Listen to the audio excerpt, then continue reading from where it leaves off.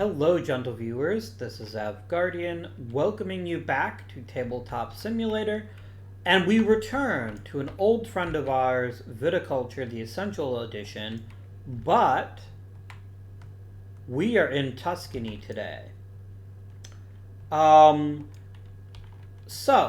Tuscany is the expansion of Viticulture, the Essential Edition, and it's modular, like most of the best expansions are, meaning that there are 3 different things you can go for. I've already played a full run-through of Viticulture earlier on with this channel's history. I'm going to go ahead and share that video for you in the description so you can check it out. I wanted to remind you all this is an official DLC of Tabletop Simulator, meaning that when you buy it, you're actually giving some money to the developers, Stonemaier Games.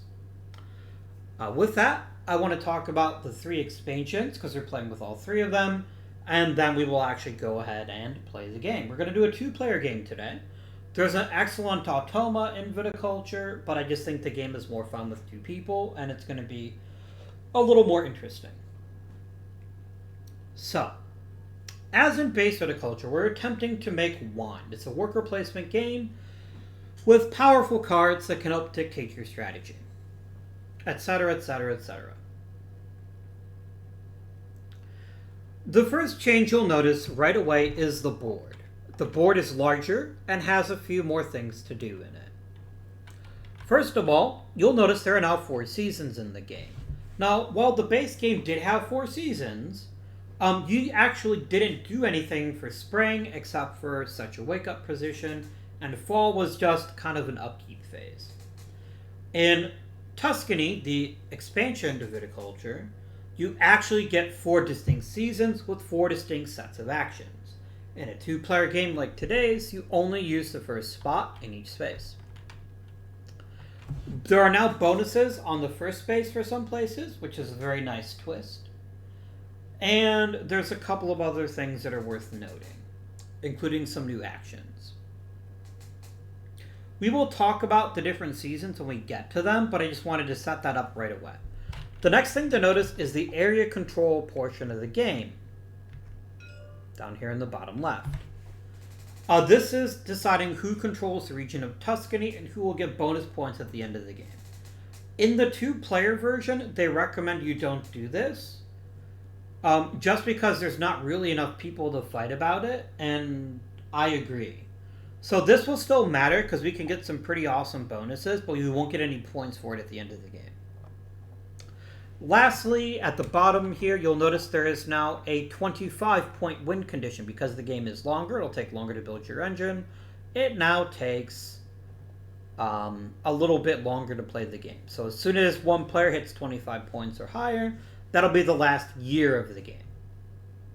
I also want to draw your attention to the wake-up chart. The wake-up chart works much the same way as it does in the base game. However, you'll notice there are now up to 3 bonuses for each year, and which spot you choose is what matters. In addition, you cannot ever choose the 1 spot, unless it is your reward for taking the 7 spot, in which case you must pick the 1 spot. I hope that makes sense. Other than that, we have the residual tracker up here, and we have the different worker placement spots and the cards. Let's talk about another new card, shall we? The structures card. Each player has an extended board that can build up to 2 structures. These could offer additional worker placement spots or other powerful bonuses. We won't really know until we get our first structure cards. That's the second of the 3 expansions, is the structures board. Last, but certainly not least, we have the specialist workers. These are a new worker that you can hire that has a unique power. There are 2 in every game, and each player can hire both of them. So, let's do a little bit more. We're going to set ourselves up to have 0 points. There are some cases where you can lose victory points for a benefit later on in the game. So, that's why there's a negative point track. We're going to put our residuals in the center here. And green was randomly chosen as first player, so Ms. Green here, we get to place a workup token first. But we're not done yet. We got to finish setup. And to that end, we're going to use the mamas and the papas. So, Green's father is the incomparable Joel. Joel offers her the fat worker.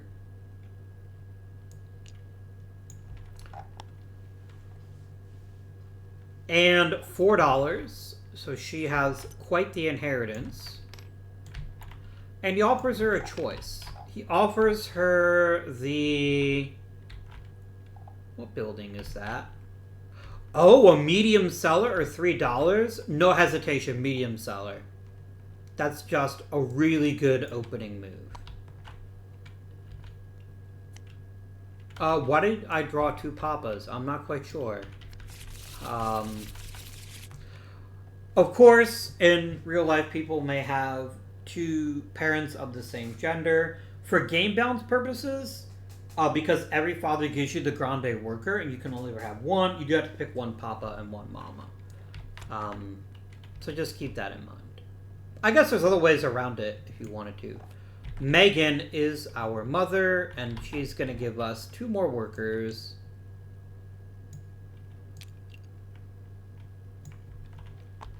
Two vine cards and a summer visitor.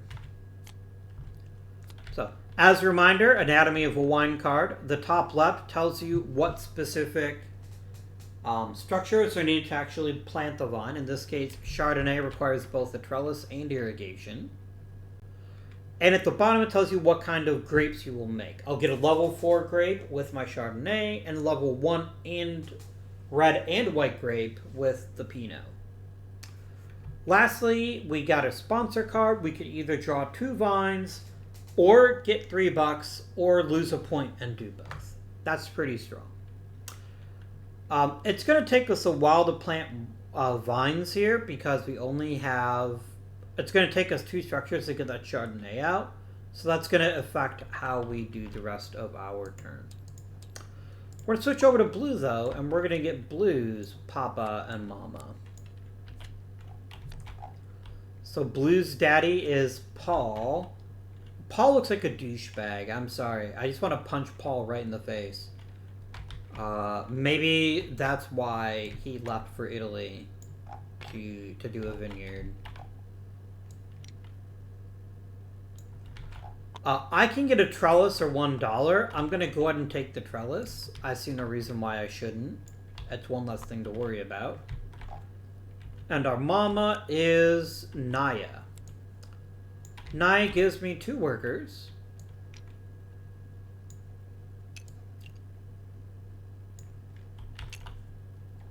A summer visitor and 2 winter visitors.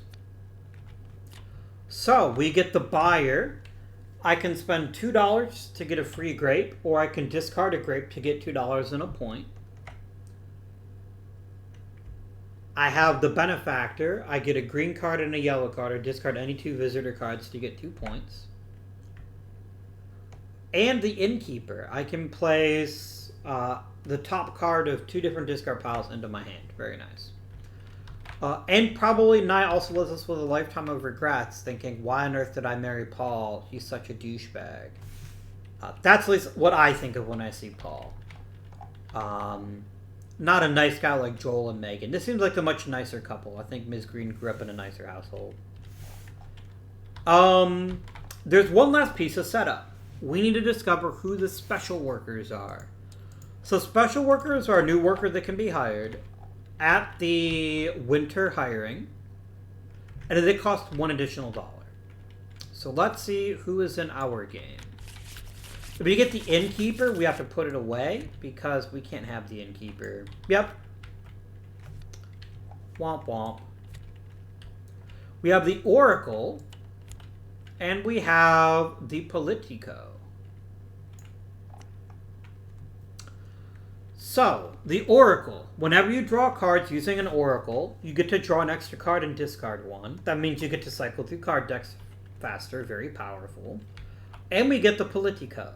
Whenever the politico is placed on any bonus space, I can pay $1 and get the bonus a second time. So we're going to track these folks down, the Oracle and the Politico. And then we're going to delete the rest of these. Goodbye. It's always the same two workers, by the way. Oracle and Politico.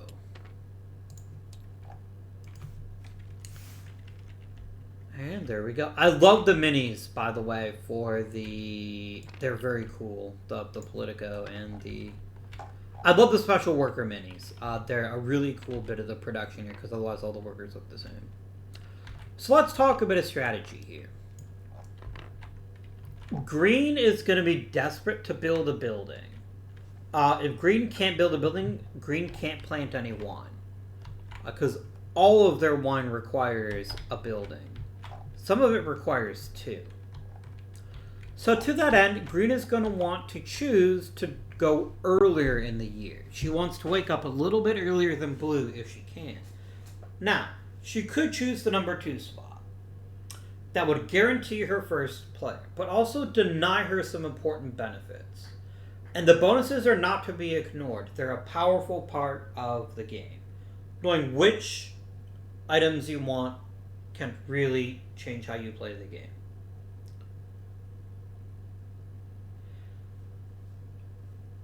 I'm thinking that she's going to pick 3.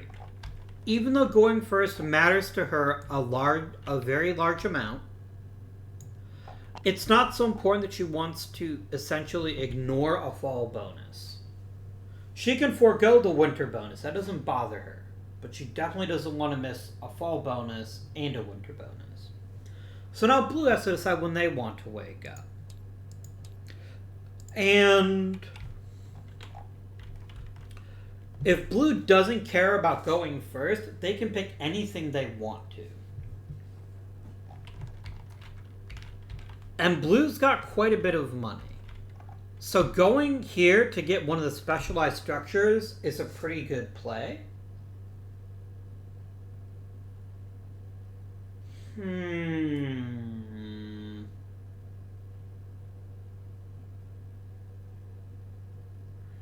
Getting a wine order in the summertime would also be pretty tempting, but also blue doesn't have any wine. Blue doesn't have any wine. So even if they wanted to, they can't fill the wine order because they don't have any wine right now. But then again, that structure could be something truly sensational. Oh, I've got the benefactor. That can get me a wine card in the winter time. Pardon me. You know what we're going to do here? We're going to go ahead and wake up 5th. I want the ability to place influence. Let me draw any card I want to. At the beginning of winter. So that's what we're going to do. So green is going to be first player for this entire first year, and they get to decide where to put their worker. Green grimaces as she looks at her hand and realizes, I can't play anyone if I don't build a trellis. Full stop. So she's going to take her worker, and she's going to go to build a structure. She's going to spend 2 lira, and she's going to build a trellis just like that. And that concludes her first worker placement. Now blue goes. This is convenient for blue. Blue is probably a little bit worried that blue gets shut out of the wine game. But blue can now easily come over here and get not 1, but 2 vines. And blue also got Pinot and Chardonnay. But blue's in a position where they can plant without having to worry about getting blocked out. So blue feels pretty good about that action. Back to green. Now, if green wants to get her engine going, green has to plant next turn in the summertime. And she doesn't have enough money to build the irrigation this turn. But that's okay. That is okay. So I think she doesn't want to spend another worker on the springtime turn. Right? Yes, that is accurate. That is accurate. So, now blue has a decision to make. Does blue want to do anything new? Well, blue, first of all, has Chardonnay, but can never plant it, which is a bit disappointing.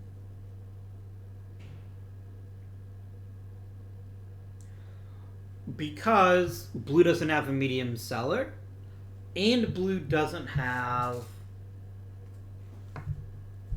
an irrigation card.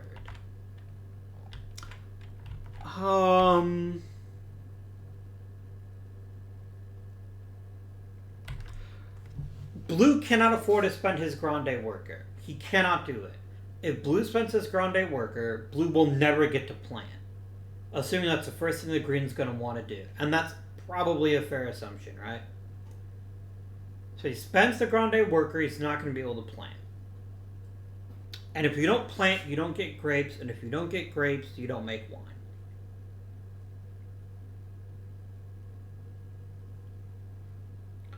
So the question then becomes, is it worth it to spend a worker to give a tour or to place an influence token? And the answer is no. So both workers have completed the spring turn. Each player now gets their summer bonus. I'm just going to have them get it when they start their turn. So green summer bonus is another vine. And it's Merlot. Unfortunately, green doesn't have irrigation, so she can't plant the Merlot. But she can plant the Pinot. So she is going to go ahead and send her regular worker over to... Oh, this is so inefficient, though. That's fine.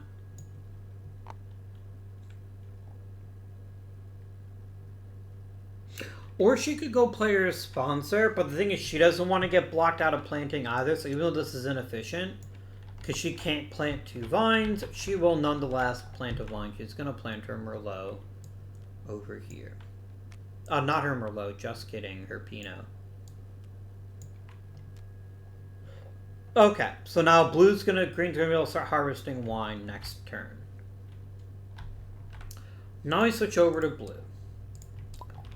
And blue's bonus is a summer visitor or a winter visitor. Blue's going to take a summer visitor and see what happens. The broker.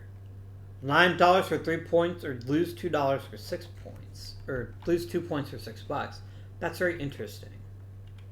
It's very interesting.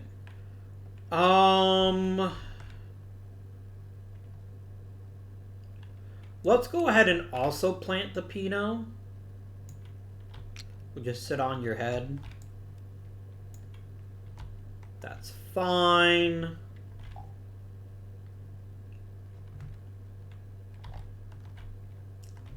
That's good. Green now decides, do I want to plant my last worker? No, green wants to get some grapes going. So there's really no reason to spend another one here. Does blue want to go again?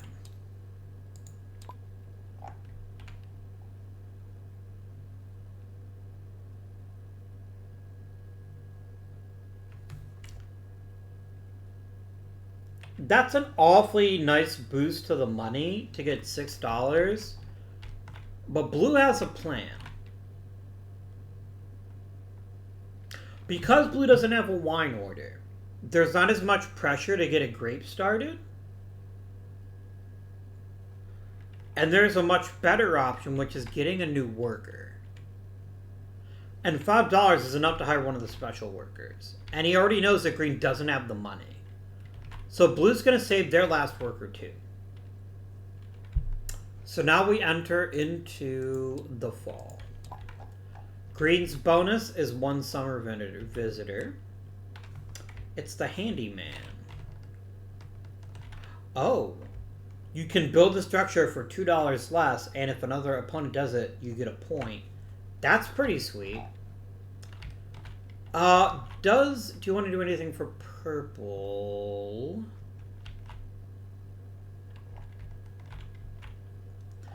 Yeah, she's gonna go ahead and use her Grande Worker. It's kind of a waste. But here we are.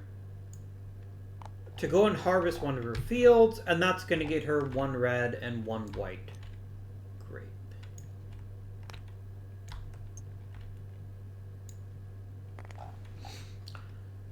Green is committed, and green's gonna eventually become really, really powerful. It's just gonna take them a while to build up that power. So green is out of workers and must pass. Blue. Blue, first of all, gets another winter visitor. Can make 2 wine, fill an order, or discard 1 wine to get 2 points. Interesting. Okay.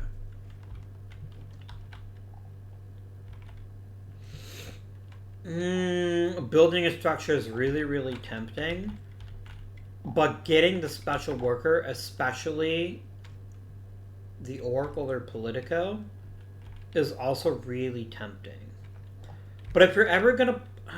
planting the Chardonnay doesn't help, because you're never going to be able to turn it into 1 because you don't have a big enough cellar for it. Damn it.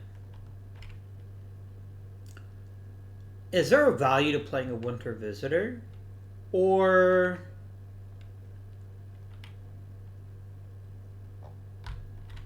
does blue want to go ahead and bite the bullet and get a medium cellar? I don't think so. Right now we don't even know what blue's trying to get yet. Now blue's going to be able to get either a fancy structure or a wine order.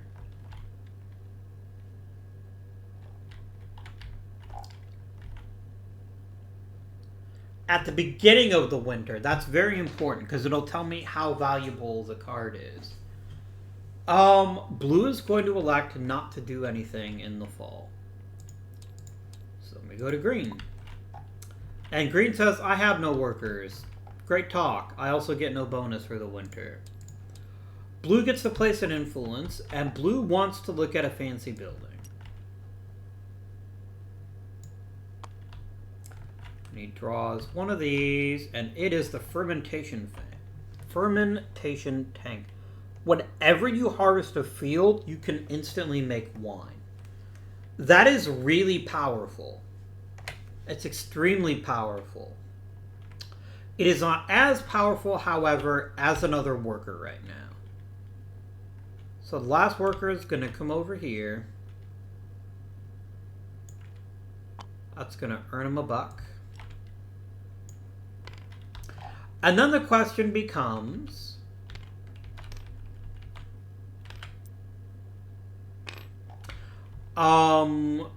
which worker do you want? That's fancy.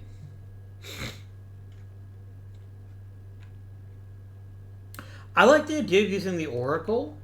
Do specialists count as grande workers, or do they count as regular workers? I think they count as regular workers.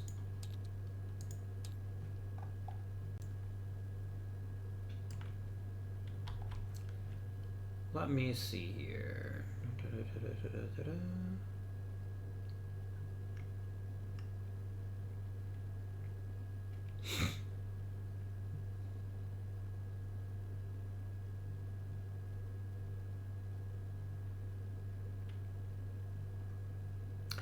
Yeah, it doesn't actually do it, so that's fine. Okay. So yeah, we're going to go ahead and spend $5 to go ahead and train the Oracle.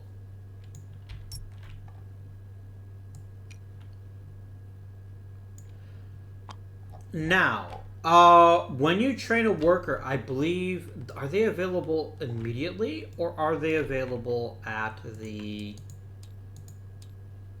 end of... Let me go back.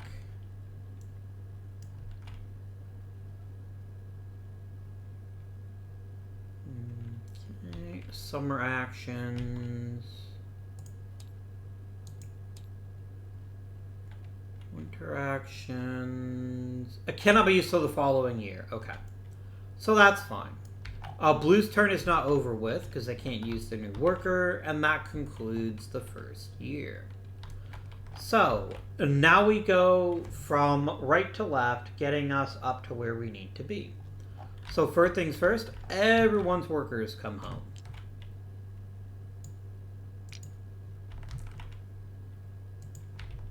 I wish there was like a retrieve workers button. That would be pretty dope, but I don't think that there is one.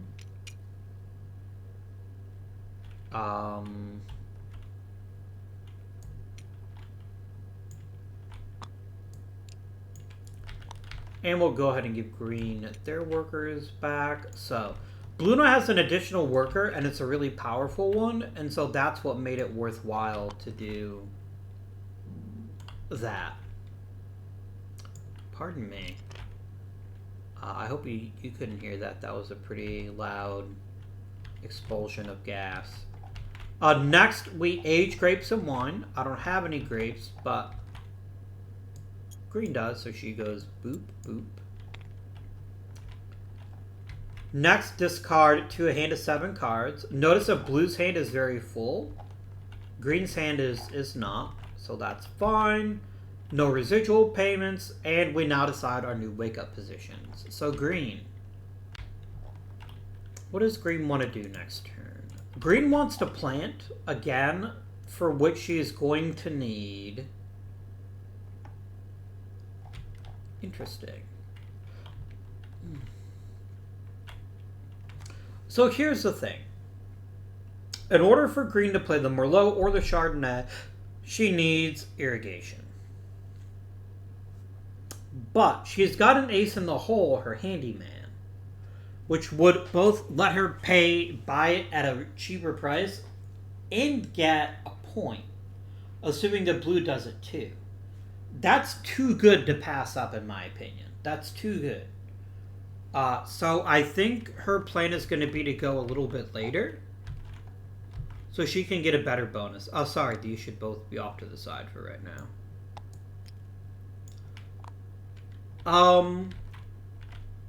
Green is going to take the number 4 spot. She wants to get an early wine order to know what she is going for.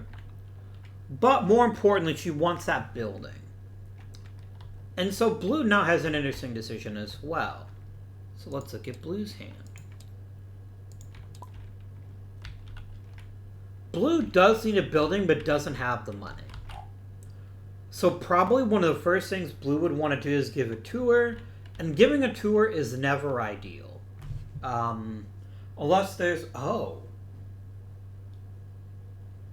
No, because if blue doesn't give a tour, blue doesn't know that they can build a structure. But the real question is, would blue rather wait and save up for the fermentation tank? Because this is legitimately an incredibly powerful card. Anytime I harvest, I can instantly make wine. That is really cool.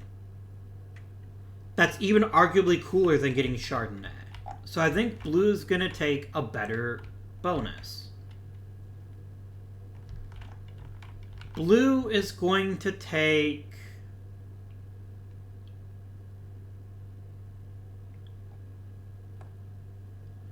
Blue's going to take the 7 spot.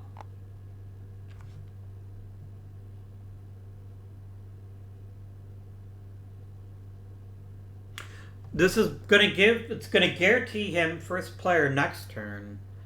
And they're going to be really well prepared for some good stuff to happen next turn.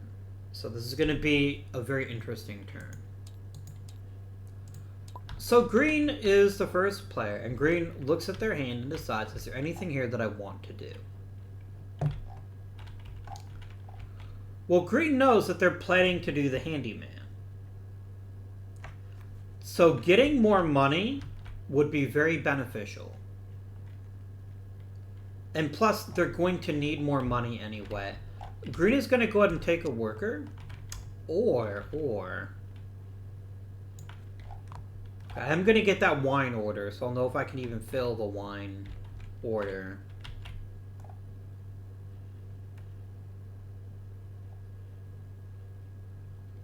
This handyman card is too powerful not to play it right now. Um, Actually, she could play both of them, couldn't she? Yeah, she could. No, she can't. She doesn't have the bonus. Okay.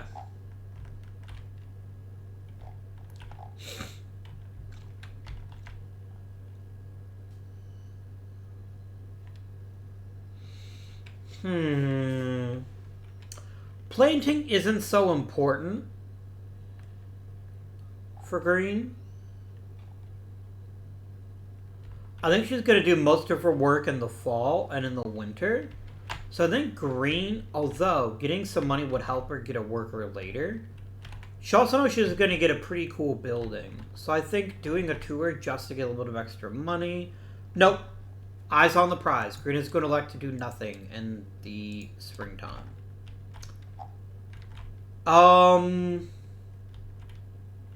Is blue going to do anything?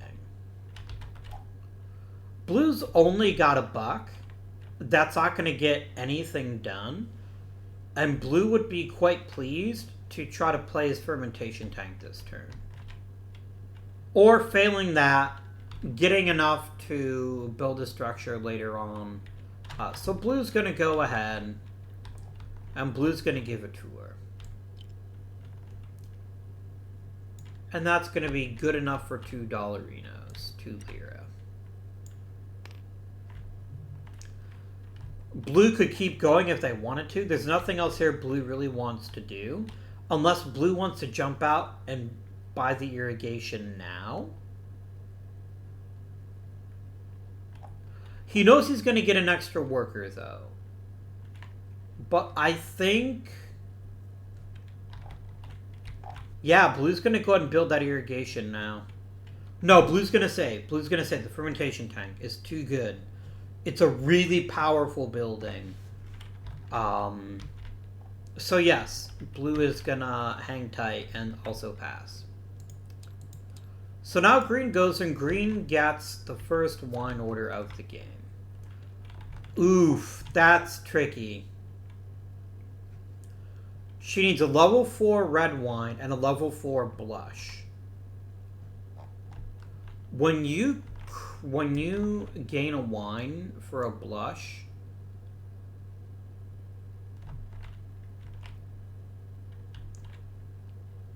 do you add them together? Okay, let me see here. To the combined value, so it instantly gives me a level 4 blush. That is really powerful. So it's something we're actually going to be able to do relatively quickly. So that's quite powerful. So green wants to get her handyman played so that she can get the irrigation and go ahead and plant either the Chardonnay or the Merlot this turn. So she's going to take a regular old worker, get herself 1 lira, and she's going to play... she can play... no, just the 1 card. And she's going to play the handyman. And she says, I'm going to spend $1 to get the irrigation that I need.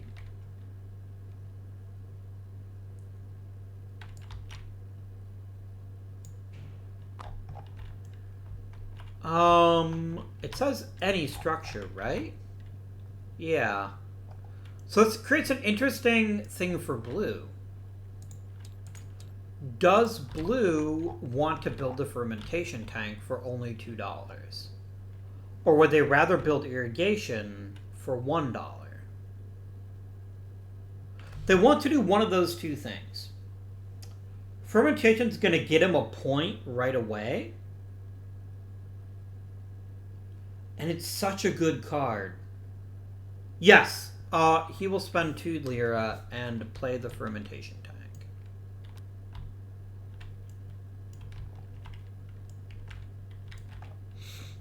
I'm going to look at the extent of the special buildings thing here.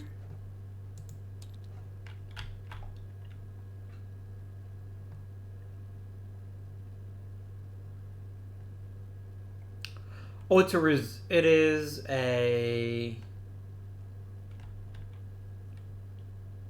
Yeah, 1 point. So that means blue is first on the board, but green also gets a point because they both use the handyman together. That is green's turn and gives blue an interesting decision to make here. The fermentation tank was too tempting. Too good. So does green... What does green want to do here? Blue want to do, if anything. I don't think blue wants to do anything.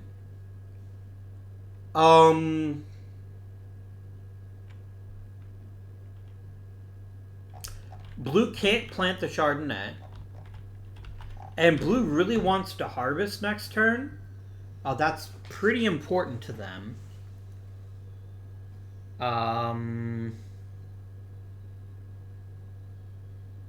Blue could use some money, but the only thing they could do is they could sell 2 cards for $3.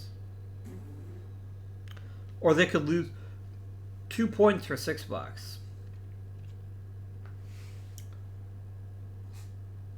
And they get the bonus. I don't think so. No, I don't think so. I think blue's gonna wait. So blue elects to do nothing in the summer. Although blue does get their bonus worker. So having extra workers or anything else you'd rather do here, I think no. I think blue doesn't really want to do anything here. So now we're going to switch over to green, and it is the fall, and she gets a summer visitor. It's the tour guide, $4 for harvesting. Nice.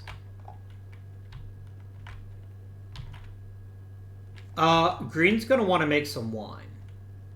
But does she want to make wine before or after she harvests again?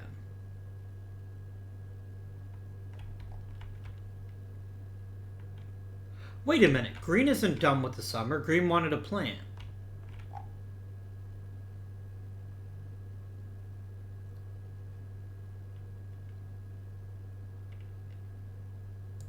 Yeah, green is going to plant both the Merlot and the Chardonnay.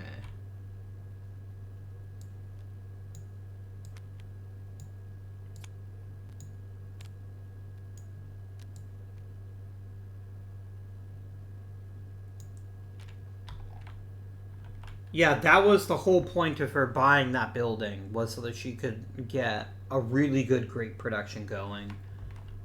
So that's what she's going to do in the fall. Sorry, so technically she should have known that was there. Oh well. She uses her last turn to go ahead and... would she rather harvest or make the wine? I think she'd rather make the wine. So she's going to crush 1 level 2 red grape and 1 level 2 white grape into a level 4 blush. And then this just goes away. So green is once again out of workers, which means blue can kind of take their time. And I will be back in just a few moments. I have returned, my friends. Sorry about the delay. So green has spent their last worker here. Did green get the card? Yes. Now blue goes, and blue can pick any card that they want to.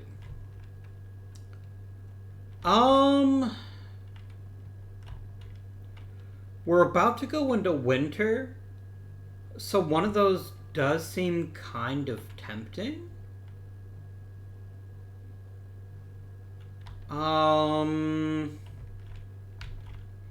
Let's take a summer visitor and... No, let's get a wine order. That's a much better choice. Oof. Oh, that one's going to take a while to fill. Yikes. That is a level 7 blush and a level 3 white. I haven't even harvested yet. So I think that's what we're going to start by doing. So I'm going to go ahead and use my regular old boring worker. And you're going to harvest a field. Specifically this one. I could harvest up to 2, but I didn't plan that far ahead, so c'est la vie. I may now immediately make wine. And the thing is, I can't even make blushes yet. So I'm going to go ahead and make the white for right now. So that just jumps over there to that. And that was free because of my fermentation tank. I could build a structure, but I don't have enough money. So I'm going to use... because I need to get this Chardonnay planted. I need a much more efficient wine growing enterprise than I have right now. That means getting irrigation, which means I need $2.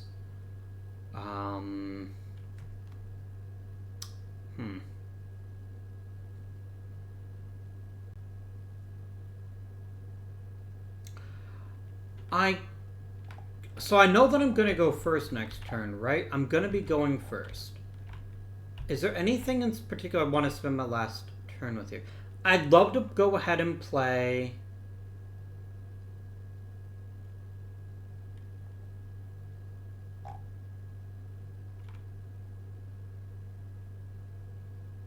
a blue card.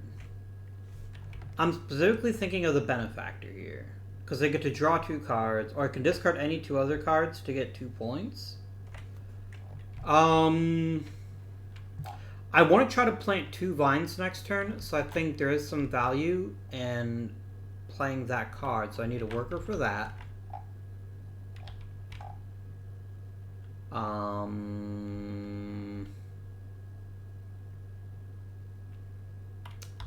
I don't really need another wine order. It's going to take a while to finish this one. So I think I'm going to go ahead and use 2 workers. I'm going to use a regular old worker to do a tour. That's going to get me 3 lira. And then I'm going to use my grande worker, my chonk. And I'm actually going to go ahead and build the medium cellar, which was not my plan. But if I can't make blush wine, I can never fill this order. I'm actually going to need a large cellar in point of fact. So actually maybe it does make more sense to go ahead and do some irrigation first. And spend 3 lira on that. Because it's a level 7 blush. That means I have to get all the way over to here. I'll get there eventually, but it's going to be a very long process. I then say I'm saving my last worker, so I pass. And then we switch over to green, just long enough for green to draw her orange building. And she gets the fountain. Whenever somebody else gives a vineyard to her, you get $1. That's not so great. I don't know how I feel about that one, but okay. Blue's benefit is they get the grapes, and they're going to be placing their thing at 1 next turn.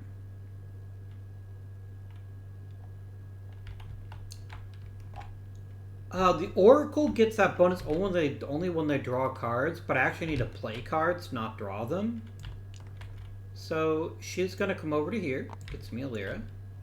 And we're going to go ahead and play the Benefactor.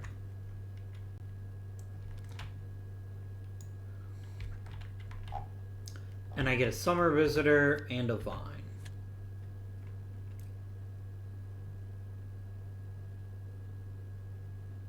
I'm going to discard a card, but this Stonemason is $8 to build any 2 structures.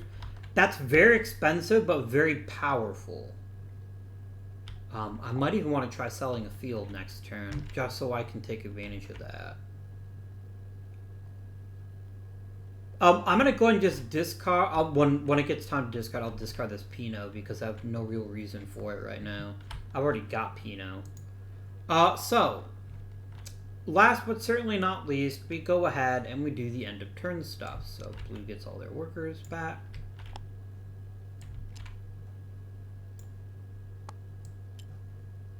Oh, when you play the Grande worker, do you also get a bonus? Or does it not count for any bonuses here?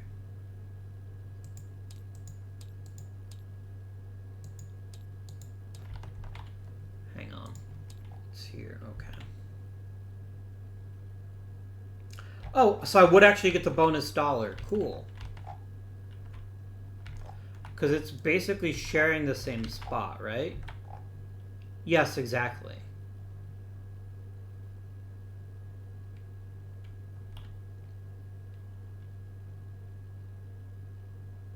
Oh, no, it's placed on the art, not on the space, so I wouldn't actually get the bonus for that. Okay, that's fine. Let us go ahead and... Is that all of Blue's workers? No. The gray worker comes over here. And green gets all of their workers back. Green is lagging behind quite badly in the worker game. It's probably going to be to green's benefit as soon as possible to start getting some workers happening.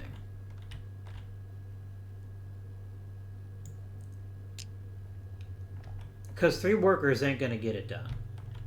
Not even a little bit. Next, age grapes and wine. So we have boop and boop. And we have boop.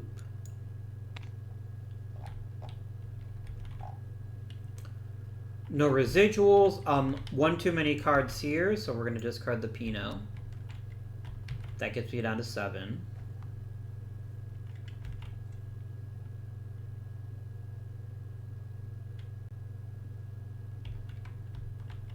Out of the sell field, I could use the broker to get my money, and then just use the other person to play the stonemason.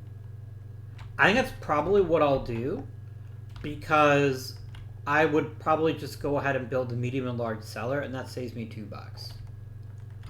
Well, I think that makes a lot of sense. So that's all that done. Now we pick new wake-up positions. Blue has to pick 1. There is no other choice. And then green gets to pick. And green can pick anything she wants to.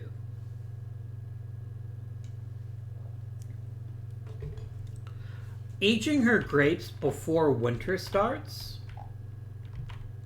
would not be enough to get her to be able to produce this because she doesn't have any white wine right now. She will soon, though. Oh, sorry. What is she trying to do?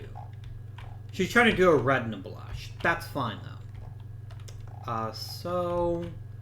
Is there anything in particular she is looking for? She doesn't have any winter visitors.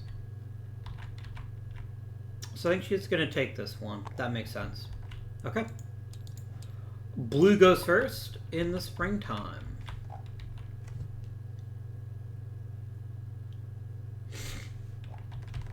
So planting the Chardonnay is a very important thing to do, but that's in the summertime. As is playing both of these cards, that's going to be 3 of the 4 visitors are going to be used in this era. But that's fine.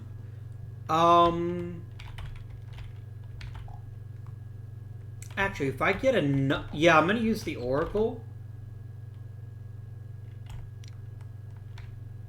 I then get to draw 2. Actually, I get to draw 3 cards. What does it do here?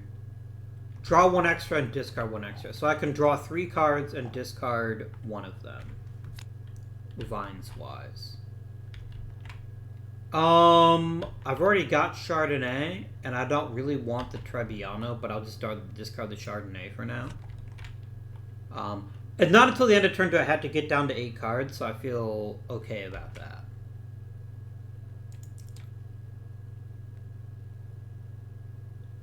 Let us... So blue then says, I don't want to... Blue does whatever. Green... Is green going to do anything? Green doesn't have anything they want to do right now. Green would be most interested, quite honestly, in playing a Summer Visitor card, probably. Ooh. Actually, she'd be really interested in doing that. So green will elect to do nothing at the moment.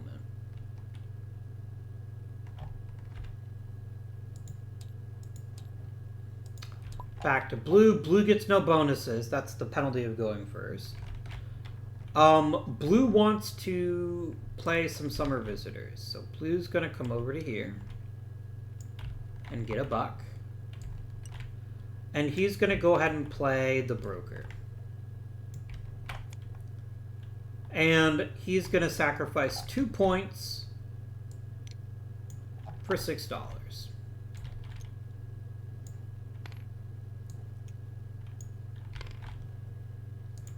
Green then becomes slightly annoyed, not like ridiculously annoyed, but slightly annoyed, and has to play their Grande Worker.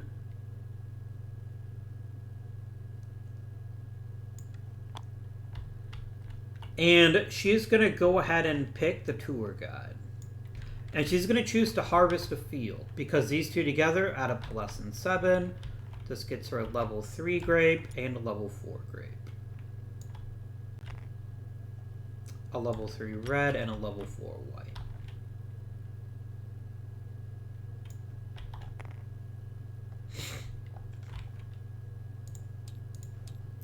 We then switch back to blue. Oh, sorry, green didn't get their bonus. Green's bonus was a summer winter visitor, and green was going to take a winter visitor.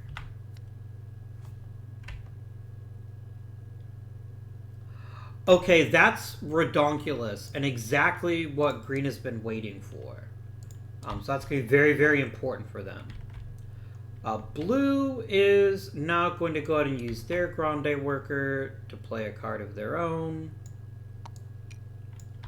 And they're going to go ahead and play the Stonemason. He's going to spend $8. 5, 6, 7, 8. And just like that, build the medium cellar and the large cellar. Easy peasy.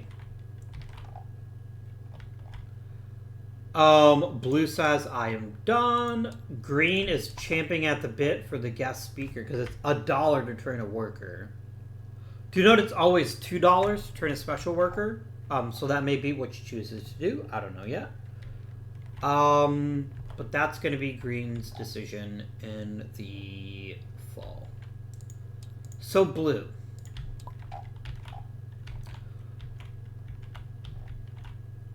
Oh no, we're back to blue, aren't we? Green passes. Oh shoot. That's fine. Blue's gonna plant. Blue's gonna plant the Chardonnay over here. And the Syrah over here.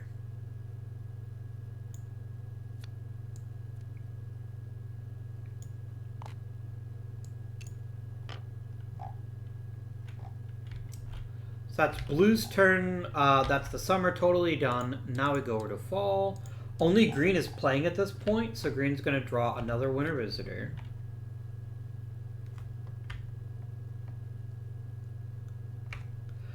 Blue is going to go ahead and... What's fall, isn't it? I can't fill a wine order yet. But I could if I harvest again. No, if I make wine, I can do it. Next turn. So I think that's what she's going to do. She's going to go ahead over here and make some wine. So she's going to get herself a level 4 white and a level 3 red. And then after her wine ages, she'll be able to fill this order next turn. She then says, I'm done with the winter, or the fall rather. She gets her winter bonus, which is to place an influence. And she's kind of hurting for money, so she's going to go ahead and choose Pisa to get $2. And then she uses her final worker here to play a card. She gets $1. And she plays the guest speaker. She may spend $1 to get a worker. She's going to spend $2 to get a special, though. And she's going to go ahead and take the Politico.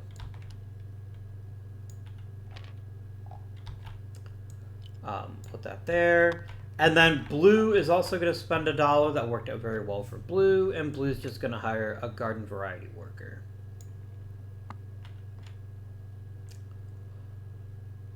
Okie dokie. That concludes the year. It is now time to do the other cleanup spots. So first things first, we're going to get our workers back, starting with green, I suppose.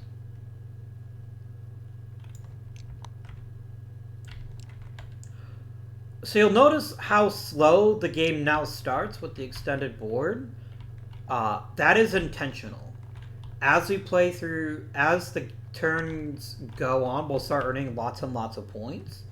But in the beginning here, it's very, very slow. And I personally enjoyed the slower, more deliberate pace. I'll talk more about the game and how it works with everything, but for now, I think that's a good thing that's worth mentioning. And you. And green got a point. I almost forgot. That was the reason that green played the guest speaker, because she also gets a point for that. Okay, so next thing that happens is grapes and wine age. So boop and boop and boop. And for blue, we have boop and boop.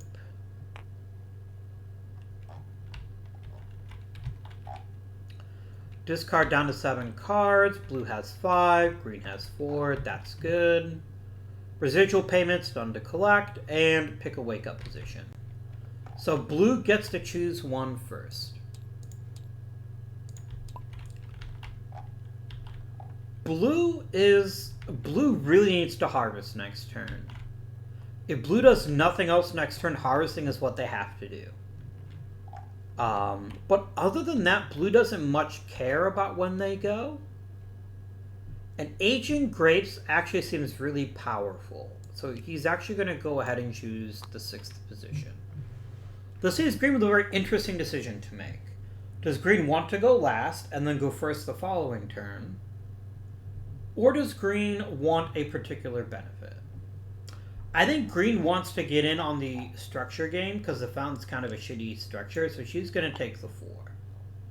I think that makes sense.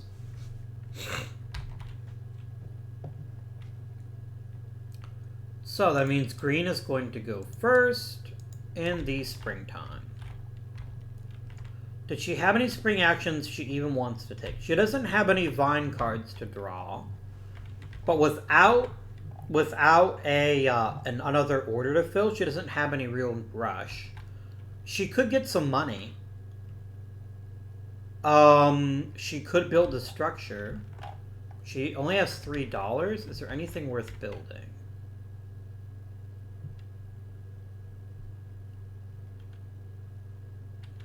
I don't think so. I don't think there's that much value in that. I don't think there's anything that green particularly cares to do in the springtime.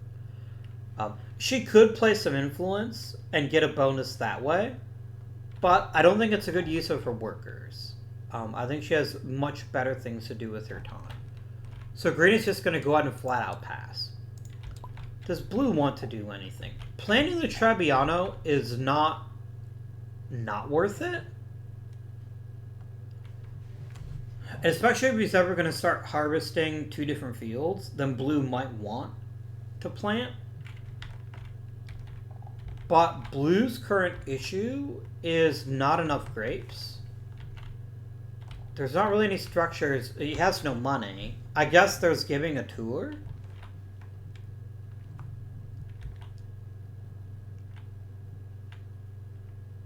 Yes, blue has a plan. Blue has a plan. Blue's going to go ahead and send a worker here to give a tour for 2 lira.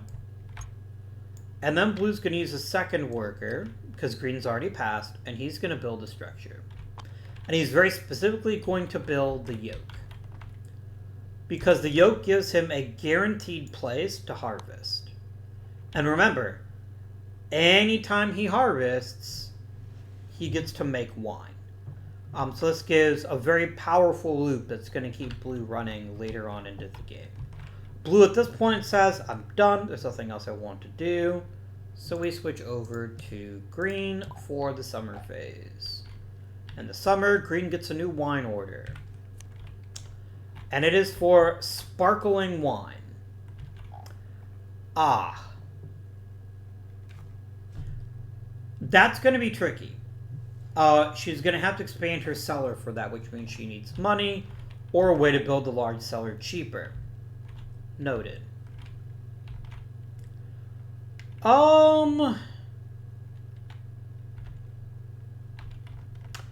She is going to... She definitely wants to fill an order, and she can do that easily. There's nothing that blue can do to block her there.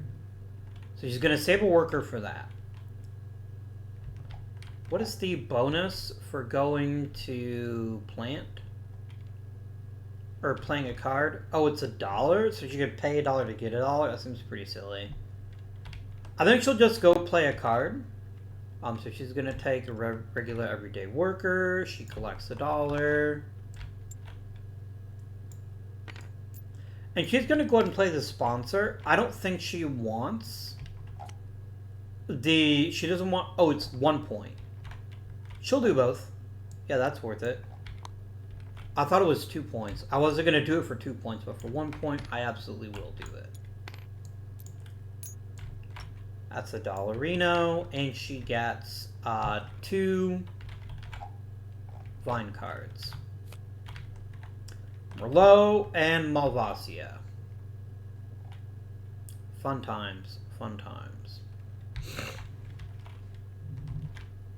Over to blue. Blue does get his summer bonus, which of course is a single point.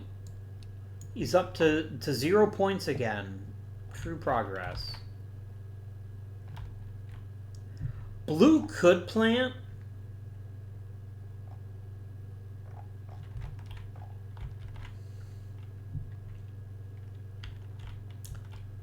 Blue could sell a field to make some money. But blue doesn't really need money at the moment. Blue's got most of the buildings built that he wants to build. Doesn't need to plant.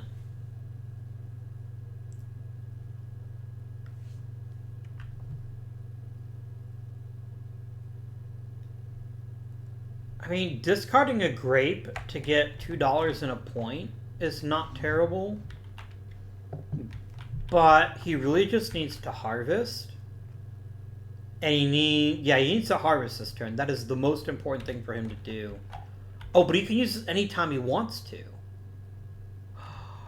Oh.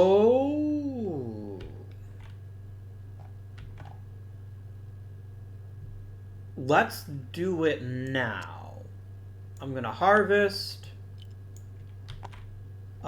this field here. That's going to be 1 level 2 purple. That's going to be 1 level 4 white. And in order to make wine, I'm going to go ahead and turn this 4 and this 3 into that. Which means that now they can fill an order. So I know precisely what blue's going to save their big worker for.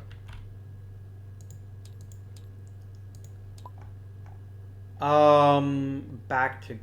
Now we're over to green. Blue says, I'm not going to do anything else in the summertime. Green says, that's fine. I get a summer visitor in the fall. The horticulturist. I can plant a vine for free. That's kind of cool. Or I can get some free points if I need to. She needs to build a structure. So that's where she's going to go. So she spends... she gains $1. She's just going to spend 5 instead of the full 6. So 2, 4, 5. And she's going to get herself the large cellar. Over to blue. And blue's reward for the fall is a winter visitor.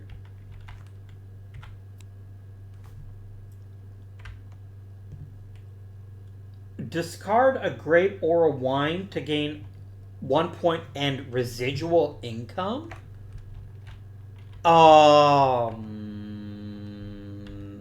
That's pretty awesome. Oh, that's really good.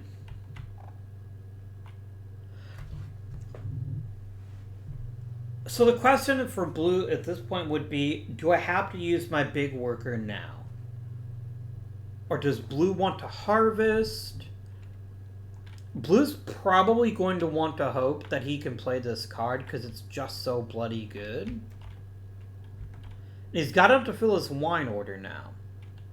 So I think blue's going to go ahead and say that they pass. Blue's going to save their workers. Green says, okie dokie. The patio. Whenever you make a blush or sparkling wine, you gain $2. That's kind of cool. That could pay for itself very quickly here.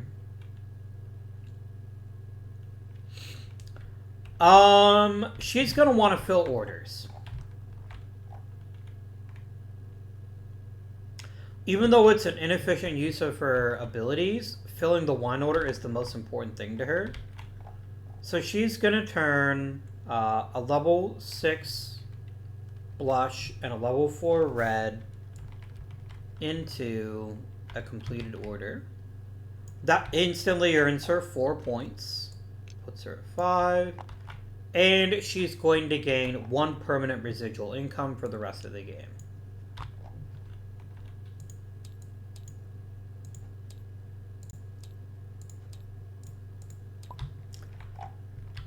Blue then switches over, and blue's going to place the Oracle here at playing a Winter Visitor and draw a card.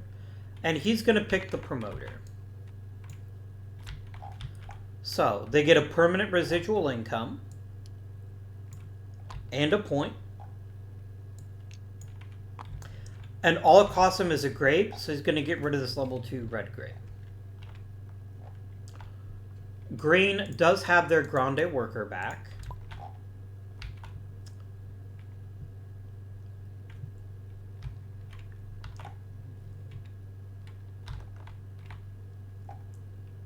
Is there anything worth doing here?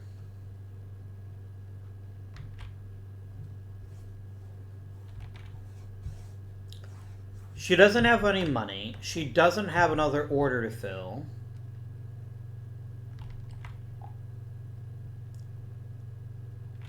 She doesn't have any wine to sell. I mean, that's not true. She could sell her level 5 white, but all it would get her is 2 points. 1 point, rather.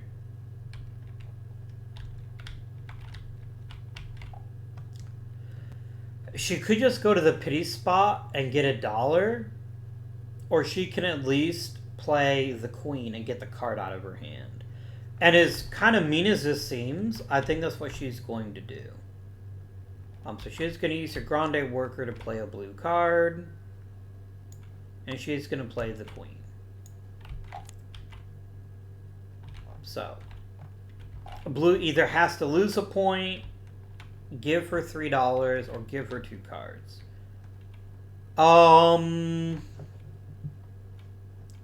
Blue will lose the point because blue's about to gain some points, so blue feels alright with that. Notice that green doesn't gain anything for playing the queen, other than 1 less card in her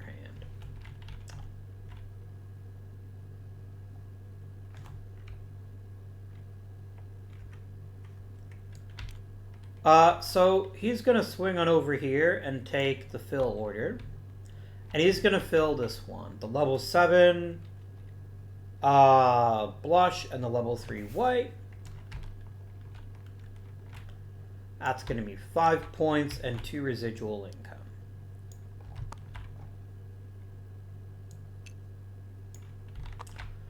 Also, he got to age his grapes a second time. It doesn't matter, though, because there's how many grapes left. But technically, he should have aged his grapes first. But blue is now finished, as is green. And we may now proceed thusly. So we both have 5 Pointerinos, but blue's getting a nice little money engine.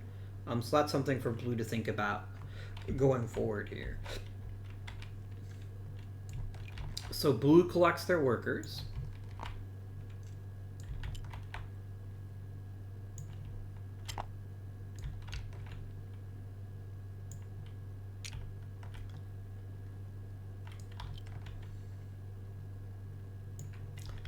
Blue has one more worker, don't they? I suppose they don't. Okay. Oh, yes, they do. I knew blue had one more worker than green. Green does this.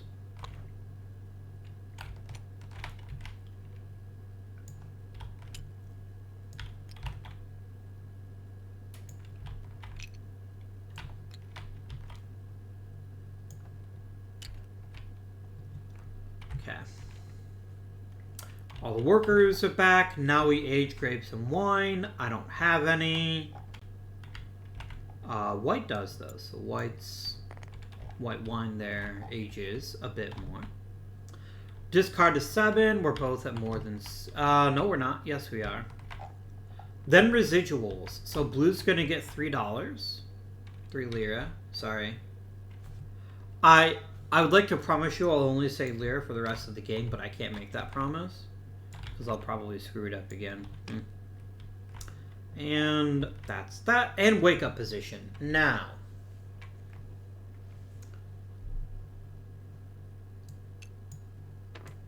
What does blue want more than anything next turn?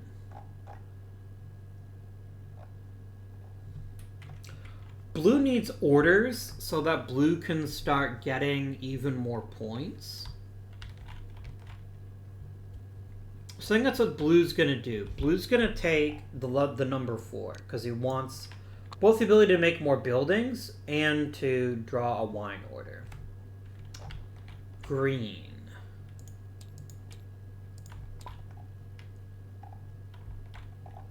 The patio is kind of tempting, actually, for her to build.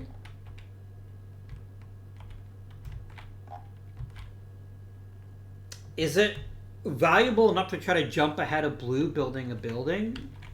Blue doesn't really have that many more buildings to build. Blue could build a cottage or a tasting room. And blue's got plenty of money. So the real question is, should green not care about building that patio right now? And should green instead focus on trying to get another worker? Because green is behind in the worker game. And that's going to put her at a permanent disadvantage until she fixes that. So that might be her approach. If that's the case, she wants to make sure that she's got access. But blue may not want a worker. That's the difference here. Blue may not even want a worker. I mean, everyone wants workers, though. It just makes you better, right?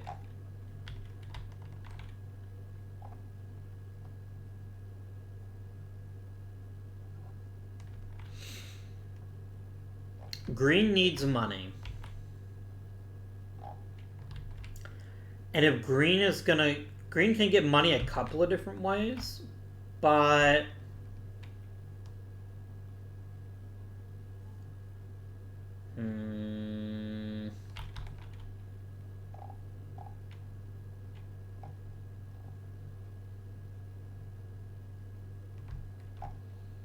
Or it's also the windmill, where you can make that a point, a path to points. Does green care about going before blue? I don't think she cares enough. Not this turn, anyway. So she's going to go ahead and take the 7 spot, because she wants the bonus worker for this year. And she also wants to be going first next turn, while she'll have extra workers and can do a lot more damage. That's going to be her plan. So blue ends up going first on the 4, and that suits blue just fine. Does blue want to draw any vineyard cards? I don't think so. I really don't think so.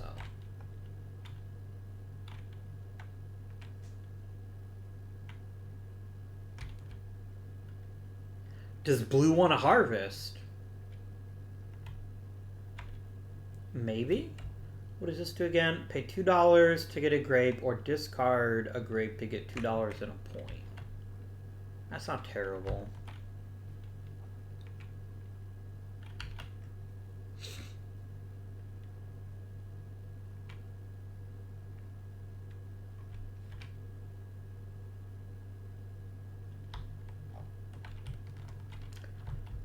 Um.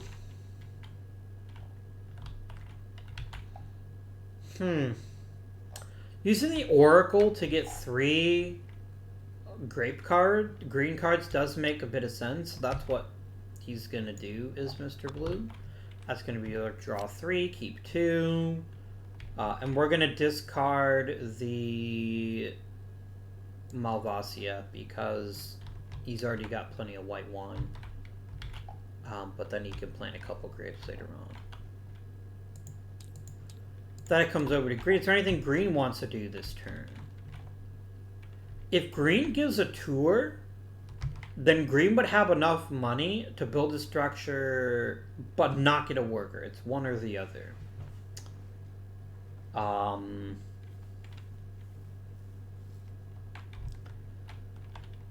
And she's definitely going to harvest this turn. So she's going to keep her big worker for that.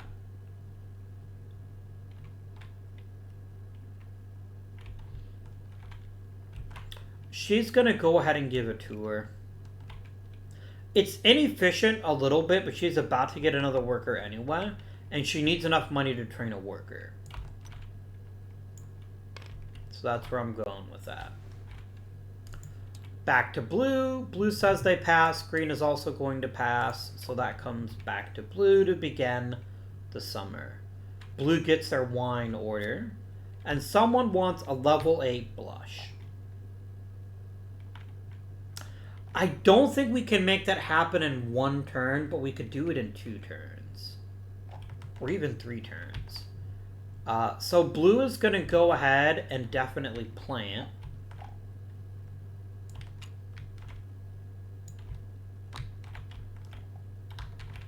This one handles 5, right? Yeah, it handles 5.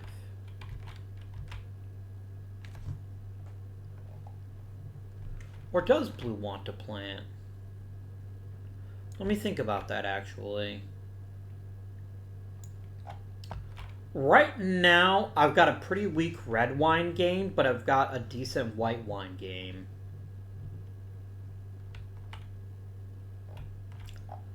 Do I want to plant? And if the answer to that question is no, what do I want to do?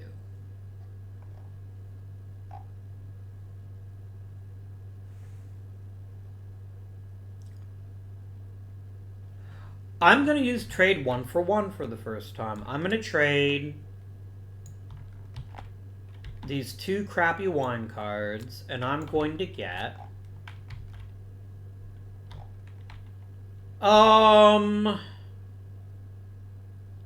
Do I want $3 or do I want a point? I think $3 is more valuable to me at the moment, so that's what we'll do.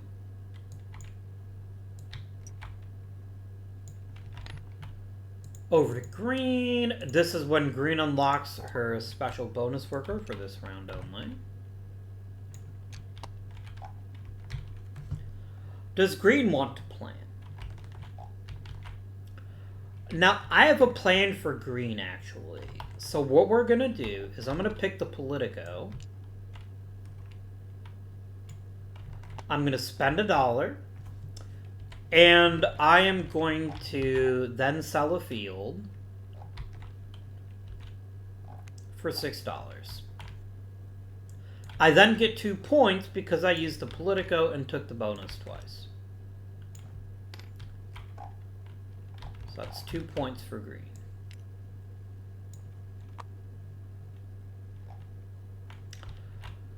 Back to blue.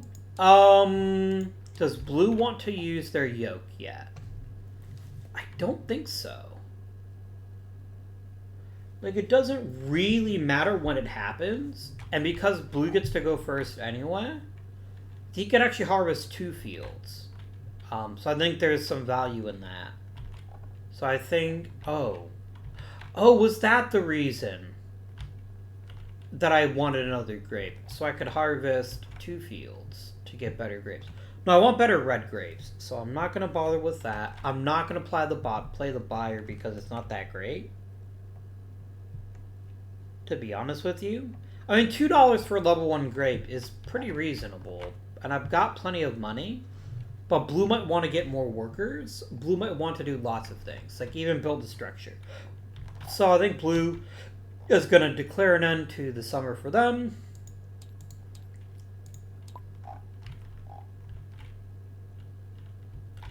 Does green want to plant? Green could plant the Merlot. I think there's enough value in being able to potentially harvest 2 fields that she will go ahead and plant the Merlot here. Game. Thank you. So that is, green says, I'm done with the summer too, and then we move into fall. Blue's bonus is, of course, a summer visitor. It's the patron. Very spicy. Blue wants that harvesting 2 fields bonus. So blue's going to jump in here with a worker and harvest 2 fields. He's first going to harvest the middle field here. That's a level 4 white and a level 2 red.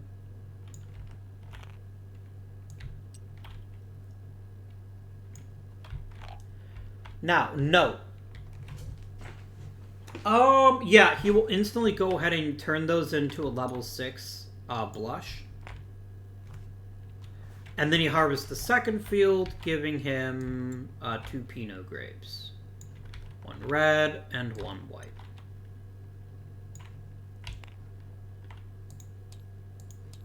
Back over to green. Green is flush with cash. Green wants to be able to both build a building and get a worker this turn. So she's going to go ahead and spend a worker over here. She gets a buck, and then she's going to go ahead and build the patio. I think 1, 2, 3. And the patio. And this is good for 1 point. But more importantly, it's going to give green the option to earn money whenever she makes blush or sparkling wine.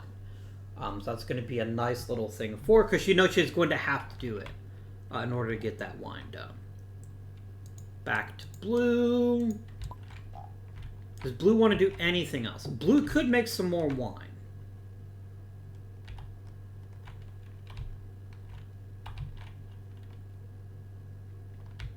Is there any reason not to do that?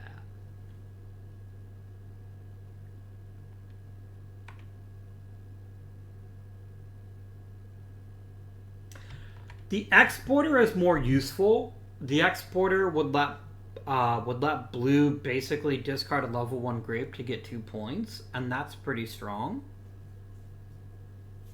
I could just draw another... Oh, I wish I saw the Oracle. Drawing a wine order makes a ton of sense now. Because I'm about to fulfill that one in a couple turns. But, c'est la vie. Does blue want to give a tour or build a structure?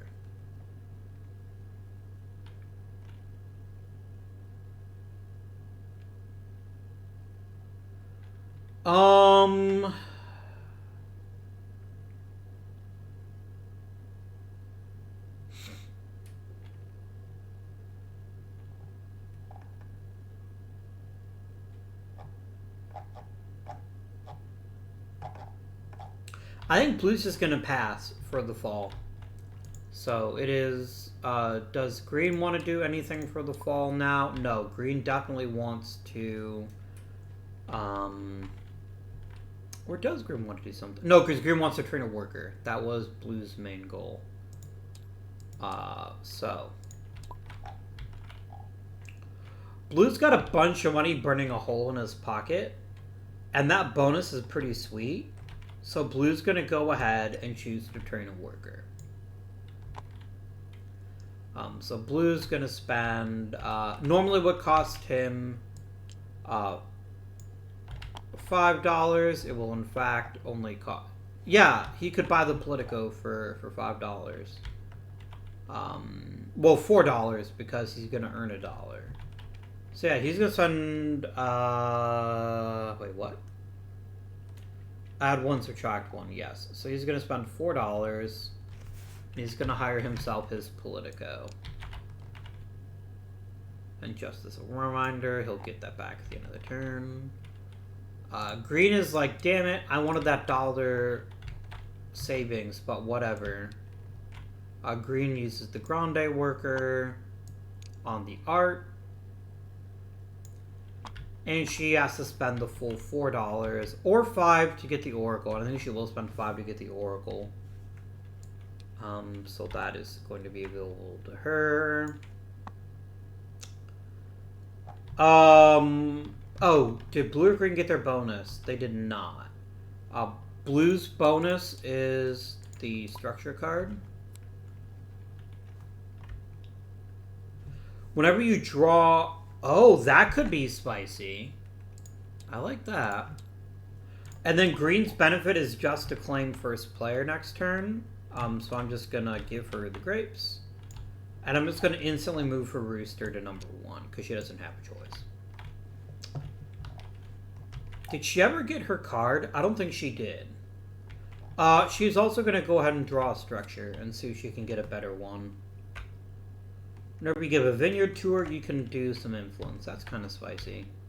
That's not terrible. So, blue is the only one with any workers left. What would blue like to do? What's his last action?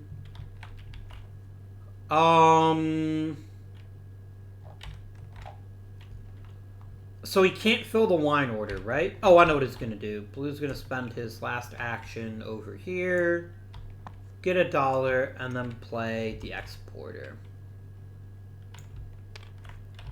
He's going to discard level 1 grape and get 2 points for it.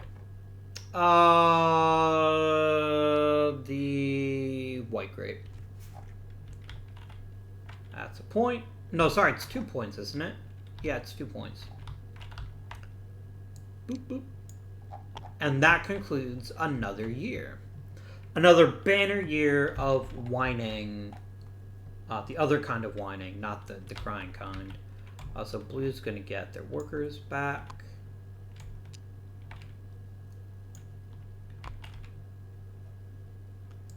That returns there.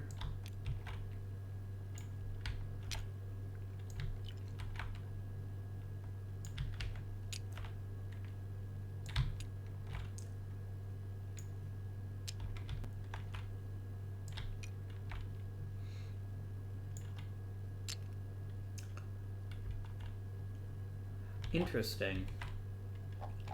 I think...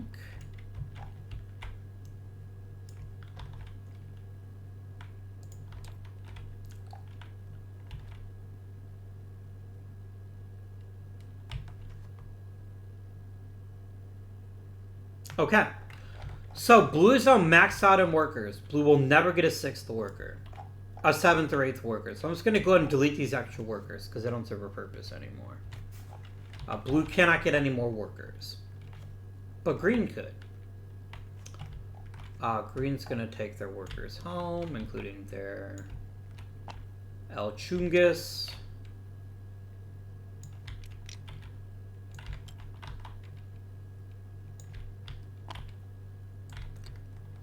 And the Politico comes home.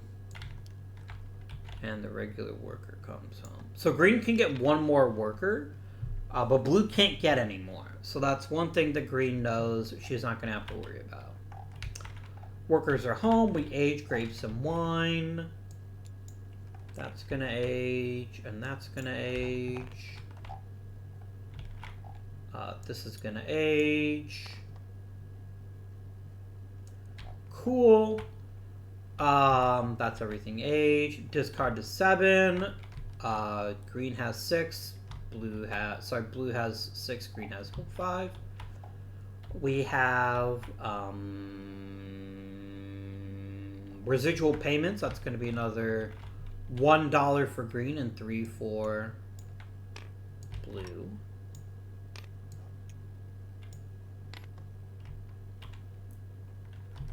And now blue gets to decide where to put their wake-up position. Aging grapes right before winter is going to let him fill this order this turn. So that's exactly what he's going to pick. Blue's going to come on down here. Okay. Green is up first.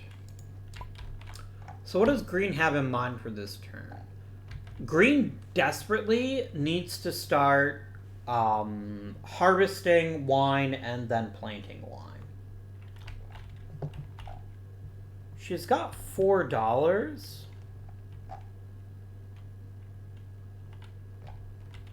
So harvesting 2 fields is critical for her. So then she can then make wine.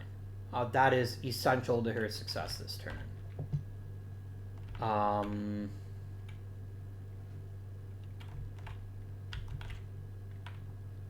And she could also get her last worker. So I think she's actually going to just go ahead and punt on the entire spring. I think that makes a lot of sense to her. Blue. Is blue going to do anything in the spring?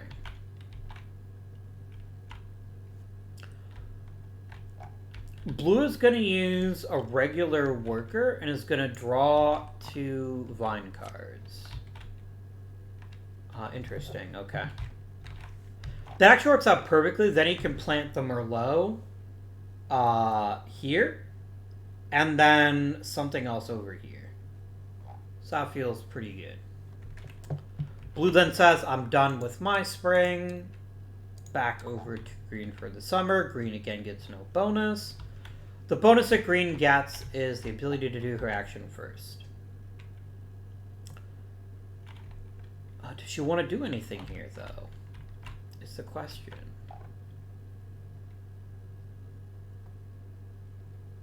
I don't think so. I genuinely don't think there's anything she cares about here. This particular turn. Like, she could trade.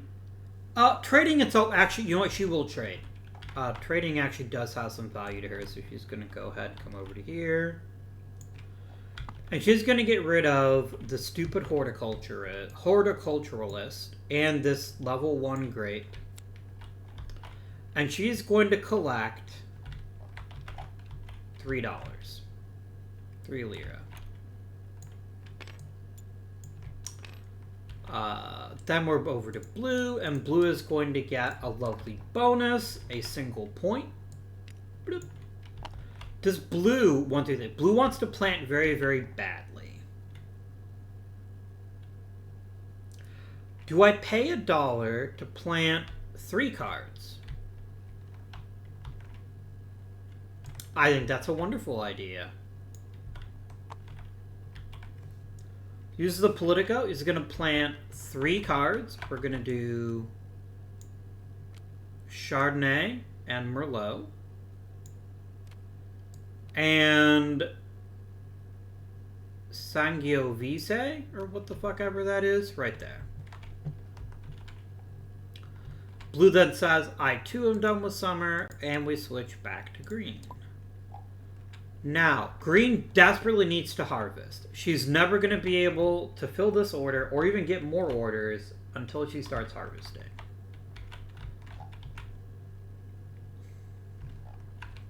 She could harvest from 3 fields. She only has 2, though. So just a regular worker will do nicely. And that's going to get her... so she's not going to get 2 red wines, unfortunately. That part, because you can't get 2 level 3 grapes. But you can get level 3 red, a level 4 white, and a red and a white at the number 1.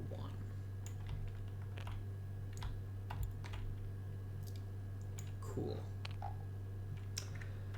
That is her action done. Then we go to blue. Blue is going to get a winter visitor. Gain $3 and draw a yellow card, or draw a wine order and make up to 2 wine. That's pretty good. I think green's going to go ahead and harvest 2. Even though green... No, green doesn't need to waste the big worker. Green can use their own field here to do it. So green's going to take a regular old worker right over here. And Green is going to... Oh. No, this is... No. No. Green's got to come over here and build a building. That's going to earn them $1, and they're going to spend $5, and they're going to build the Mercado. This means if I happen to have the right wine, I can instantly fill any order, and that's pretty cool.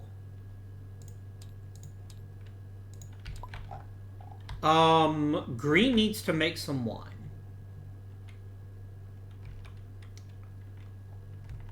So green is going to... I can make up to 3 wine tokens. It's going to take me 3 wine anyway just to make the sparkling wine.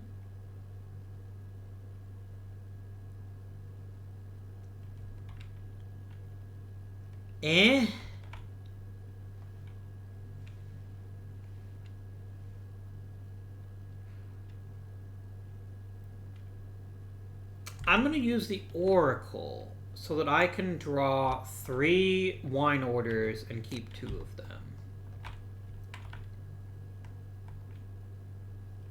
These are both about the same, so I'm going to go ahead and discard the weaker one.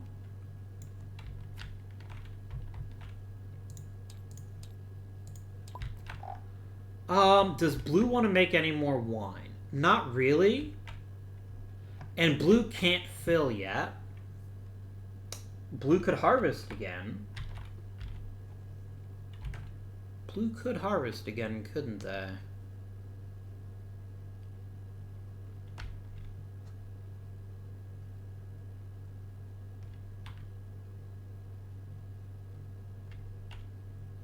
Blue is going to harvest again. No, he's not. I keep forgetting. Blue can harvest anytime they damn well please. Wasting the big worker for that is pretty short-sighted.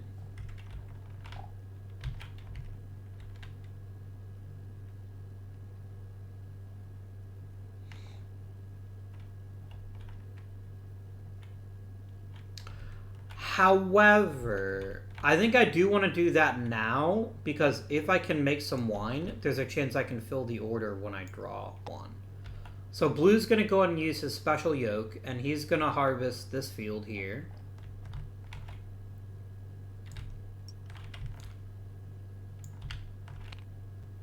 And we're going to take a bit of a gamble that this next one is going to involve... I could just make a level 9 sparkling wine. Like, right off the bat. I see no reason why I wouldn't. Let's do it.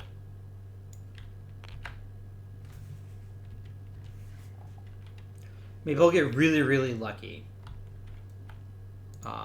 So... Green definitely also wants to make wine.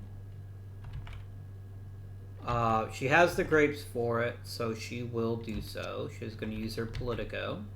She's not going to trigger the bonus because she wants to use her last worker to make another worker. So instead, she is merely going to turn... let's see here. No, she's going to need a worker to fill an order, isn't she? Can she complete an order right now?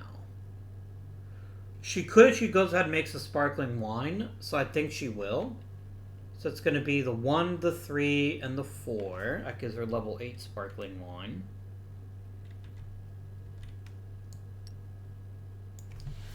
And then, because I can make up to 2 tokens, I can actually make up to 3, but I'm going to go ahead and just make this into a level 1 white. And I think that will conclude that action. Then blue is... because blue's plan is to fill this order. They can do that. Ooh. But green could fill first, actually. I can't afford to waste my worker here. Blue is simply going to end their turn. And green will do the same. So green gets no bonus. Womp womp.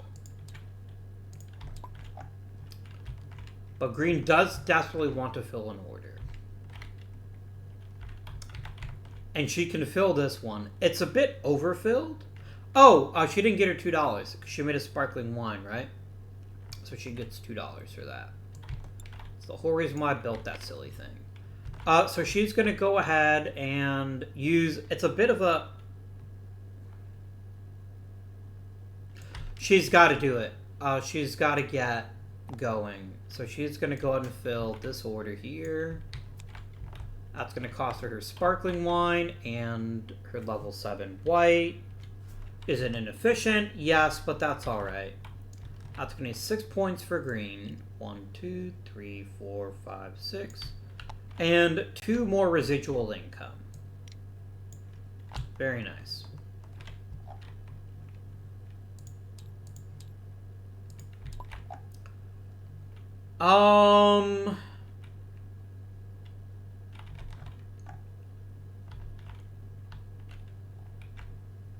I can always play a blue card to draw another wine order if I want to try to fill it. So for now, I'm just going to come over to here. And I'm going to fill the level... Oh, I meant to age. That's the whole reason I took that action, was to age. And then we're just going to instantly go ahead and fill this order. And that's going to be 4 points in a residual buck.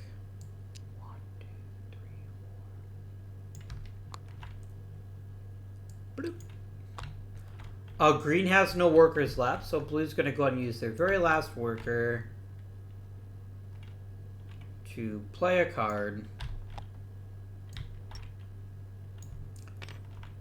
We're going to play the Crusher. And I get to draw a wine order and make 2 wine. I don't have any wine to make. And I can't fill this order, but that's alright. That's the whole point. Alrighty then. So, we have completed yet another year. We are not rapidly approaching, but we are approaching the end of the game. Which is good. For green in particular. So, green is going to... first people get their workers back. So that's going to be blue.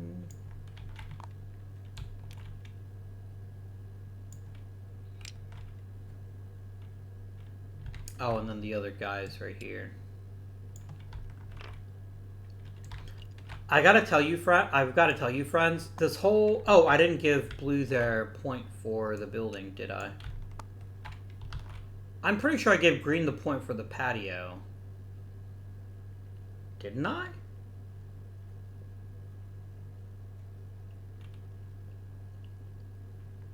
I'm going to assume that I did.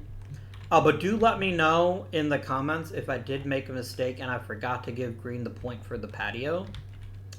But that is fine.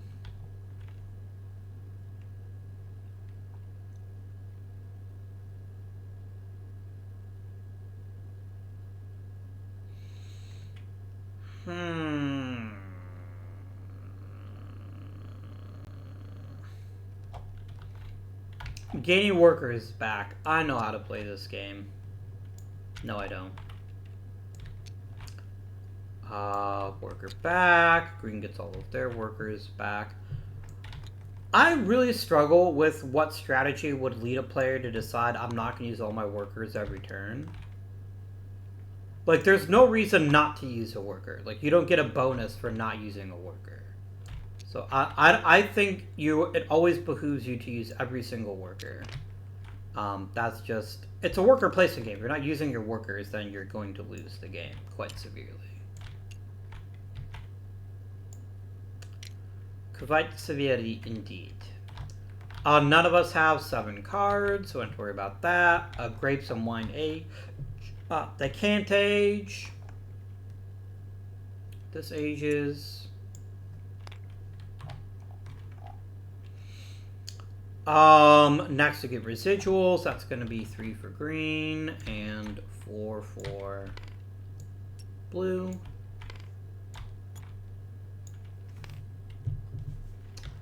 And new wake-up positions. So, green gets to choose a wake-up position first. Is there anything in particular that green would like?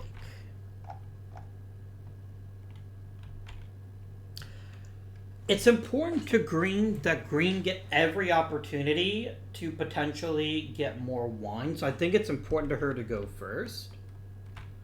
But it's not so important she wants to forego the bonuses. So I think green's going to pick the 4 again. 4 is just the best choice I often find when you're not sure what to do. Because it gets you a wine order early in the season. And it gets you another building to build later on in the next turn. So that's what green's thinking here. Blue also needs to be more efficient and make more wine through the power of harvesting. But I don't think blue and green are fighting over the same things anymore. So I think it's much more useful for blue to do this one. And try to get a valuable visitor. So that's what's going to happen there. So green, once again, is going to go first. And is there anything she wants to do in the spring?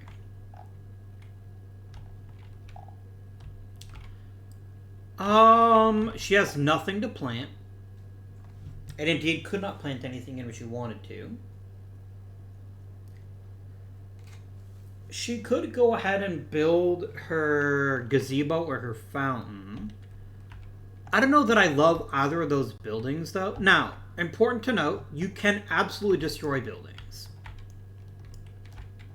If you destroy a building, do you lose the point that you got for it?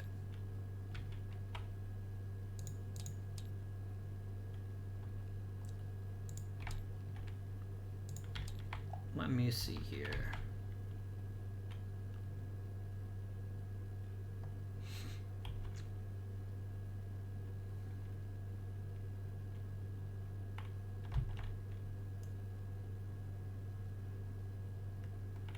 You don't lose victory points for destroying a structure. Okay. That actually is a little bit helpful. But I think if she was going to build a structure, there's other things to build. Like getting her own yoke. Or a cottage. That is tempting, actually. It would guarantee her bonus cards every fall. I think that's really helpful.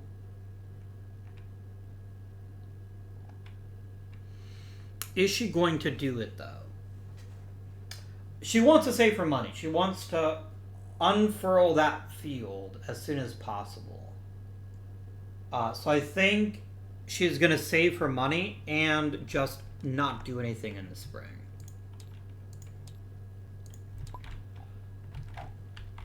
Now, blue could do the same thing. Blue's got a lot of money, but I think blue would be far better served trying to gain...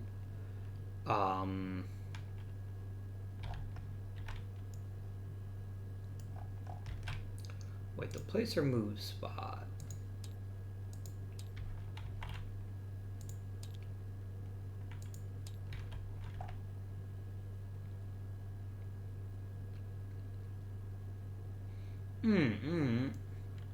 Yeah, I think because blue's got quite a bit of money, and another structure might be more useful than the Mercado, potentially. I'm going to go ahead and use a regular worker and take the place or move action. I'm going to put another star on top of Parma. That is Parma, right? Or is that Pisa? It's Lucca. I wasn't even close. But he does get to draw an orange card and a trading post. You can take the trade 1-for-1 action. Interesting. And place influence. Interesting.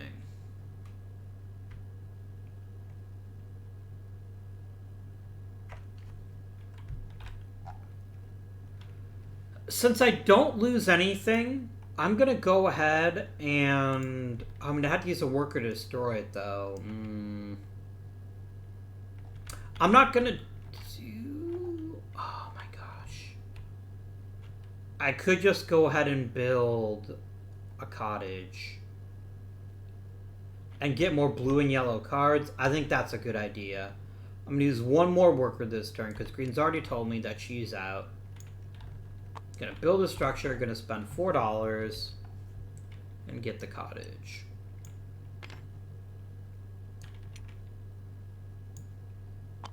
Done. Oh, we're now into the Sumer. So that's a wine order for green. Interesting. Green's first move is going to go ahead to... She's going to use her Politico. She's going to spend $1 to get 2 points, and then spend 6 lira to buy her field back. And then that was for 2 points. 1 and 2.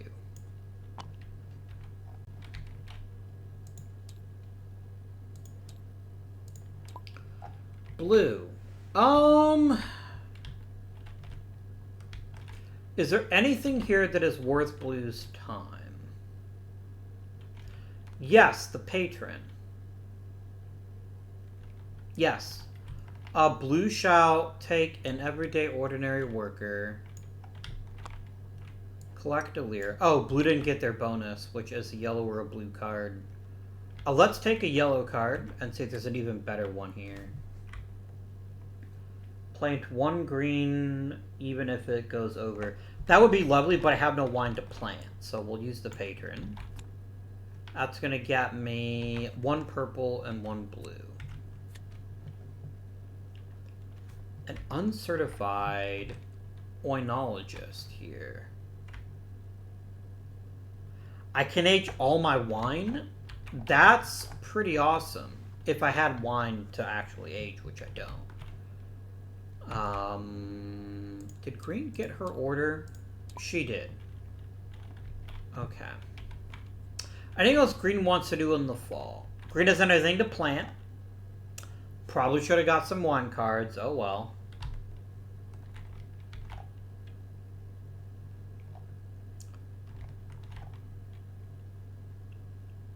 She could trade. I don't think so. I don't think that makes a lot of sense to me. I think she's just going to end her summer as well. And then she's going to get a summer visitor.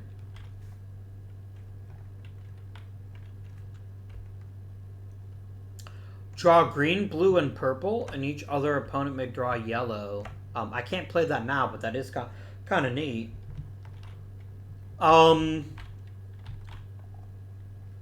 She needs to harvest, and she needs to make wine.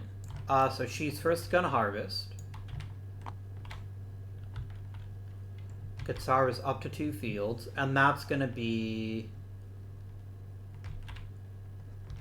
a level 3 red, a level 4 white, and 2 level 1s. So we're going to go a boop and a boop.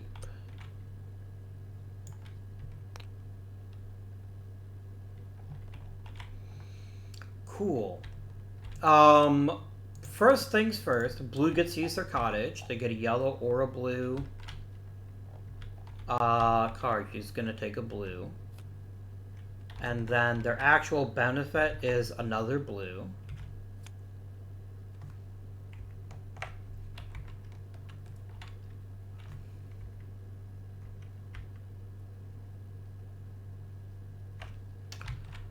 Age a wine in full of wine order. That's tempting, but what I need to do is harvest.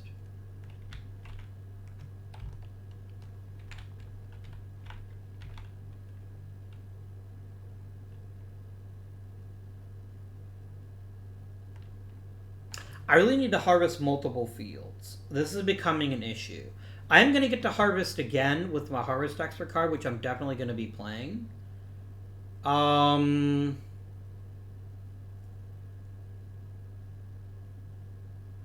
I can get the blush wine pretty easily by just harvesting the Merlot field.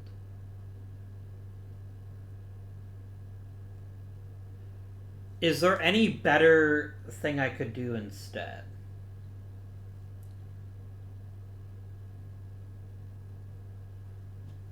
That is 5 points, right? That is not nothing. So I think that's what I'm going to do. I'm going to go ahead and take this Politico here and harvest with him. I'm just going to instantly turn the 3 and the 4 into a level 7 blush.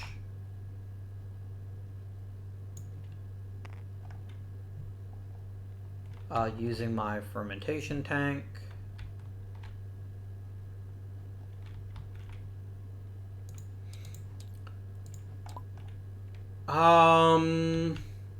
Now Green's definitely going to want to make some wine, so that she can get some stuff done here. So she's going to use her worker, and she can make up to 3 wine tokens.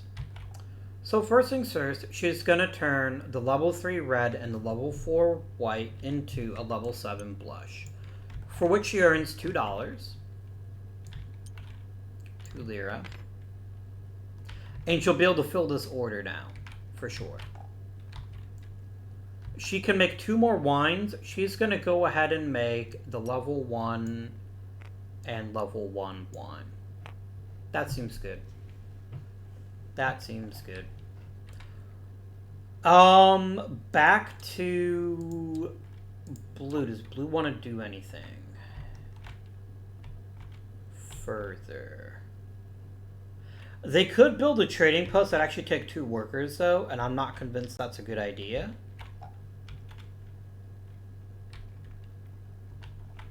Blue's gonna harvest again. Blue has to. Blue needs more wine.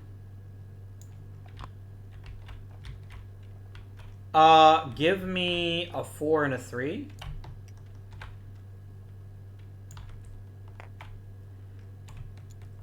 And I'm going to turn the level 4 white into a wine, because I can do that every time I harvest thanks to my fermentation tank.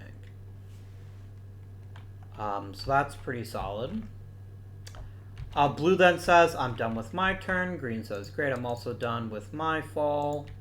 And then we do winter, so Green gets another structure card. The guest house. Oh, I get 2 points and I get to discard 2 visitor cards. That's not terrible at all. It's not great, but it's not terrible. We're gonna fill an order.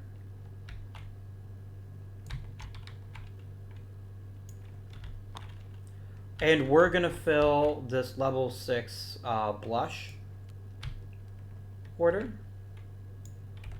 That's good for 3 pointerinos. 1, 2, 3.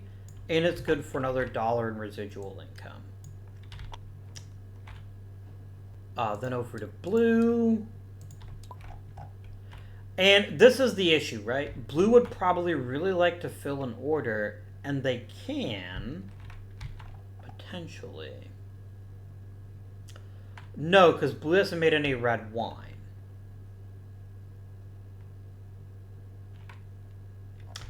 So Blue is going to use the last character over here to play a winter visitor card. Oh, sorry, Blue also gets to put a dealie out.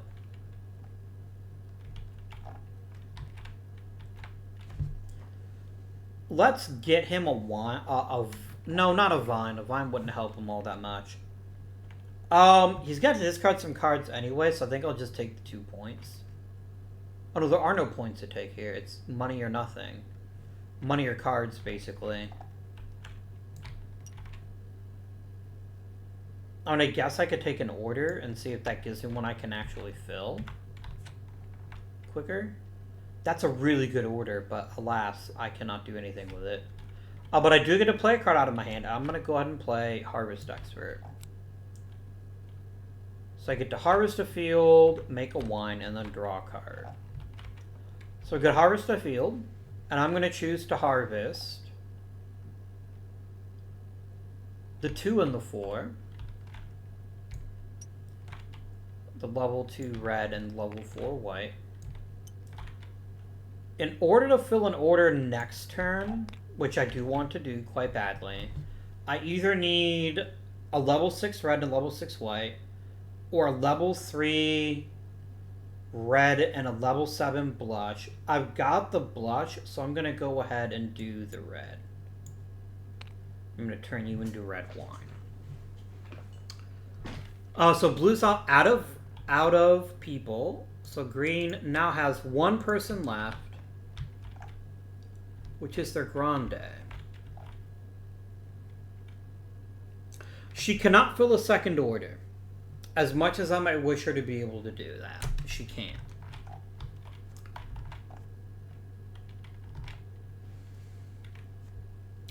She could hire a worker, and I think that's what she is going to do. There's really nothing else for it. She's going to go ahead and spend, instead of spending $4, she's going to spend $3. And get her last worker. And then that concludes... she got the guest house, which is really strong, actually. It's actually a very powerful card, potentially. It's a way to basically manufacture points by drawing lots of visitor cards. Anyhoozle, we conclude the year. Green is going to get their workers back.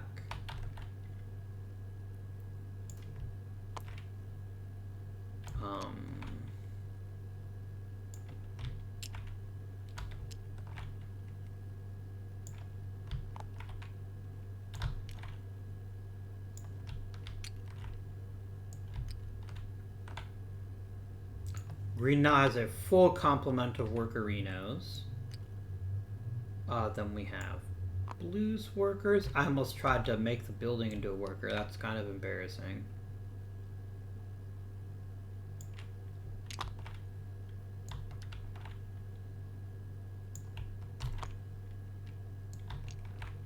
There's my Grande. I guess I'm just going to put people in random spots. It's fine. And this one. Okay. So, my friends, workers have been recovered. Aged grapes and wine. Aged. Aged. Aged. Aged. Aged. Aged. Aged.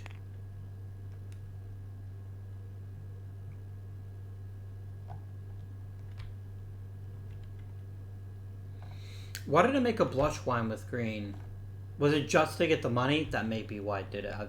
I think maybe I saw there's a level 6 blush, which it isn't. It's a level 6 red.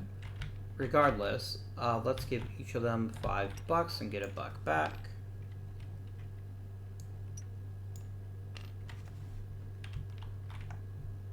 And discard on to 7 cards. Blue has way more than 7 cards. So discard this crappy wine. It's 1, 2, 3, 4, 5, 6, 7, 8, 9.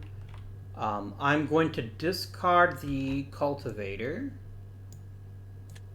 Sorry, you go over there.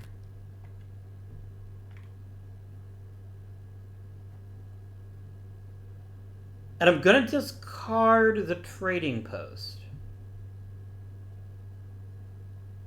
No, I'm going to discard the innkeeper. That makes sense. Down to 7. Everyone got their money. And we now decide who does what.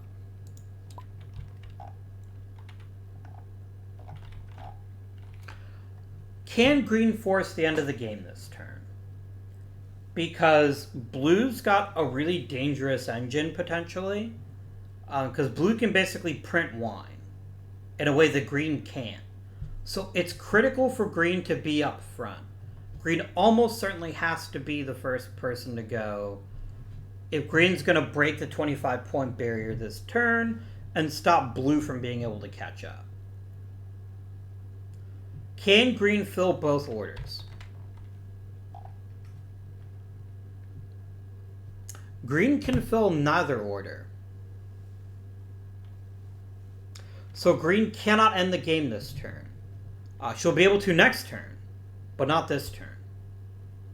So to that end, it doesn't really matter if she goes first, and getting better bonuses might be more useful for green.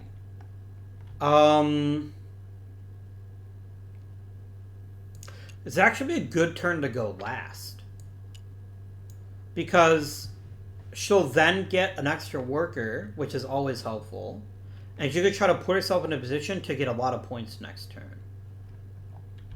Blue definitely recognizes how far behind he is Monsieur de Bleu.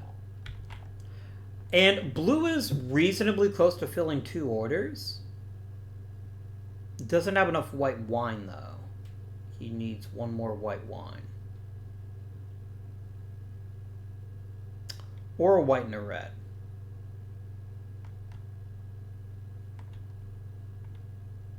He's gonna go first. That's not the question. The question is there a way for them, for blue to get more wine more quickly?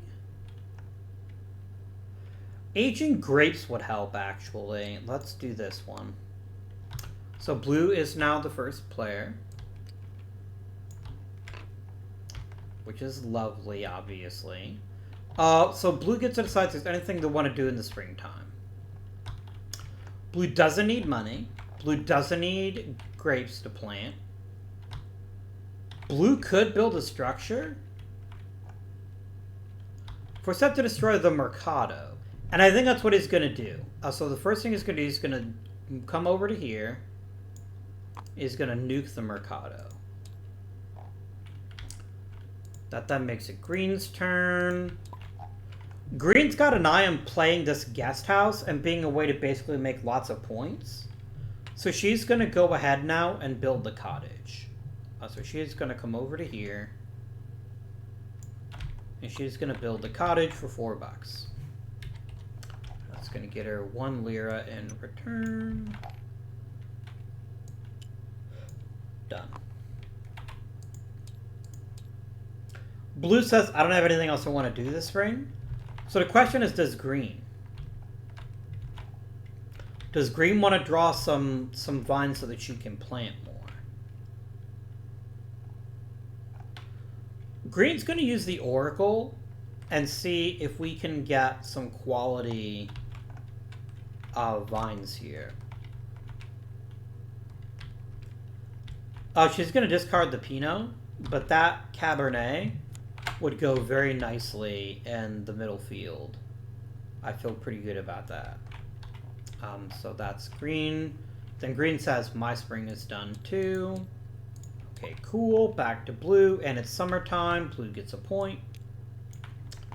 What is blue going to do in the summertime?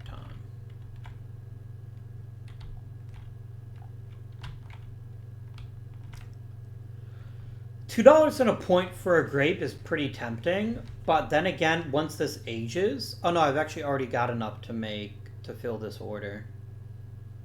I don't have enough white. Angry honk.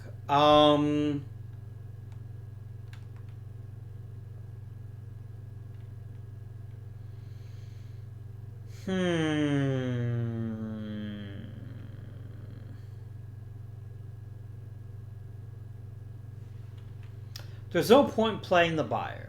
I have nothing to plant.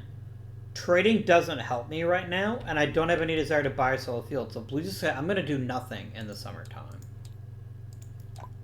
And green's going to say, that's fine, because I'm going to plant. Now this is remarkably inefficient.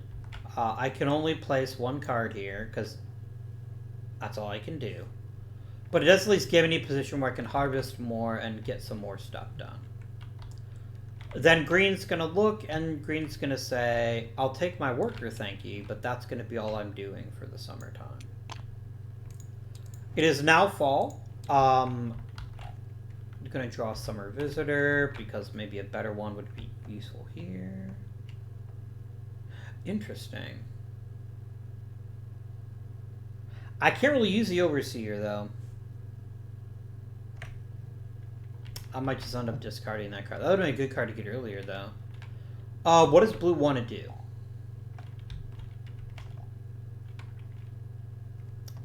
Does blue want to harvest? Unfortunately, I really wish I had... Can I get enough white wine? I could if I harvested twice.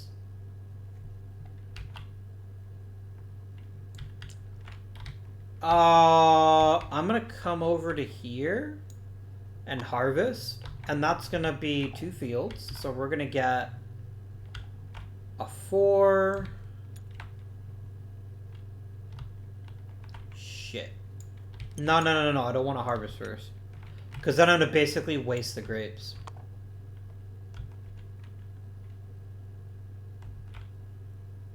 I'm going to use a worker and I'm going to go make wine. I'm gonna make 3 wine in point of fact. Like actually, I can only make 2, but I can do 1 wine and 2 wine. I'm now well on my way to completing this order. Once I can fill another order. Green gets 1 card of her choice. Green's gonna take a winter visitor. Oh, she actually gets 2 visitor cards, doesn't she? She's gonna take a winter and a summer.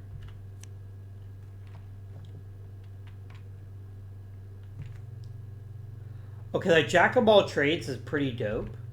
I kind of like that a lot.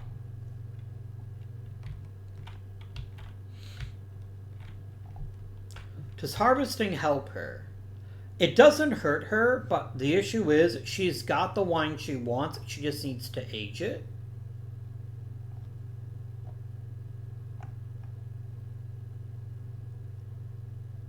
And she'll be able to fill 2 orders if she's smart. So that's not the issue here. What else does she want to do? Can she fill 2 orders?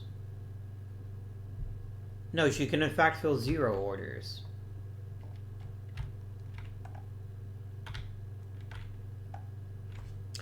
Does harvesting everything help her? Yes, it does, by quite a bit. So she's going to go ahead and grab her Politico. Just spend a buck. And the Politico is going to basically harvest all of her fields. So that's going to get her a red 3, a red 4, a white 4, and then 2 level 1 wine grapes.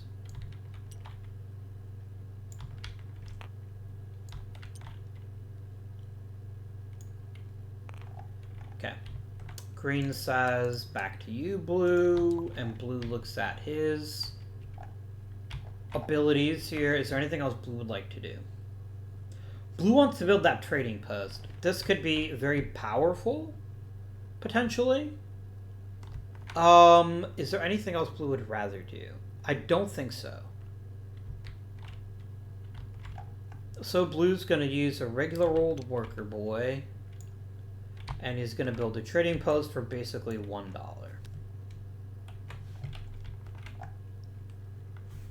Delete. Back to Green. Green is feeling pretty good. Green needs a minimum of 2 workers, so she could spend 1 more this turn. Maybe get some more wine orders, but I don't think that's that helpful right now. I think she's just going to go ahead and pass. Blue is also going to pass because more wine orders doesn't really help Blue either right now. So that ends the summer phase, and then we go into winter. So Blue's going to age their grapes.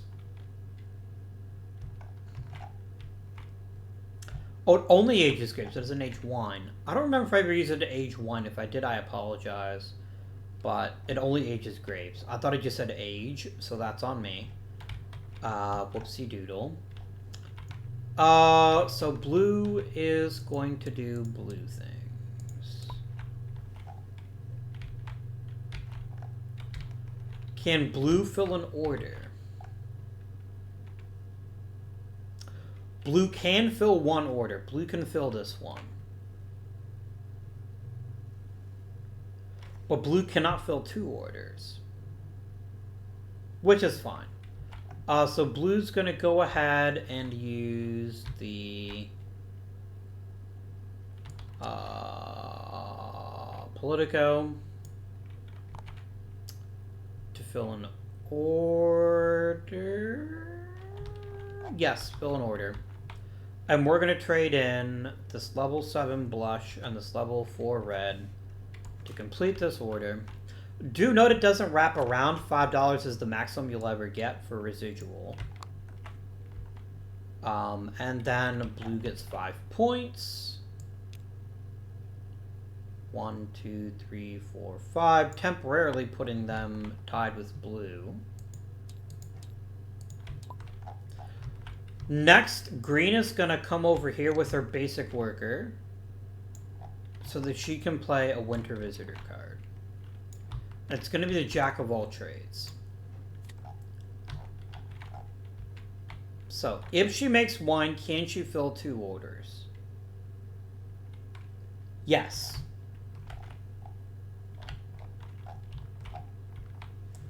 Because, no, she can only ever fill 1 order. She can't get enough red to fill this order, but she can fill this one. So she's going to turn this into wine, and she's going to turn this into wine. And she's going to choose to fill this order here, the level 2 red and level 4 white. So that's 2 red, 4 white. And that's going to earn her last dollar in residual payments and her 3 points. 1, 2, 3.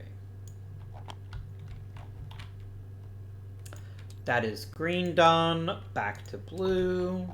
It is winter time. There's certainly no purpose in not using these workers.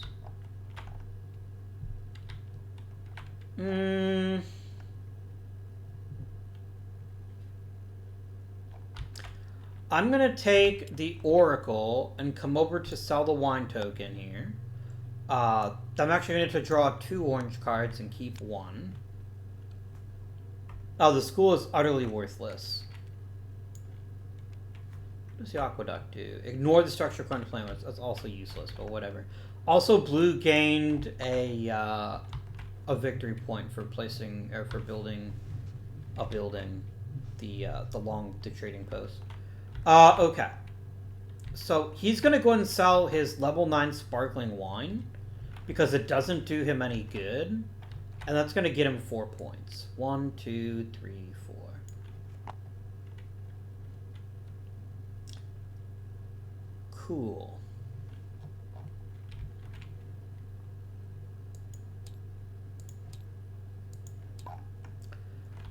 Back to green.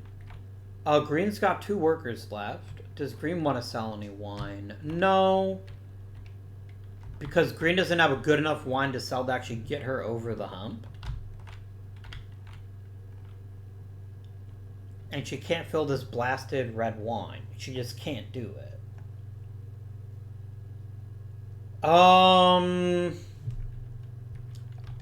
Shit.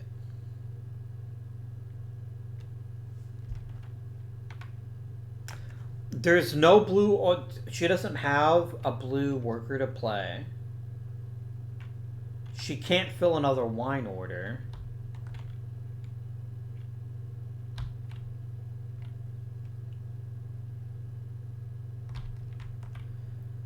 Oh my gosh. Blue might actually catch up to green.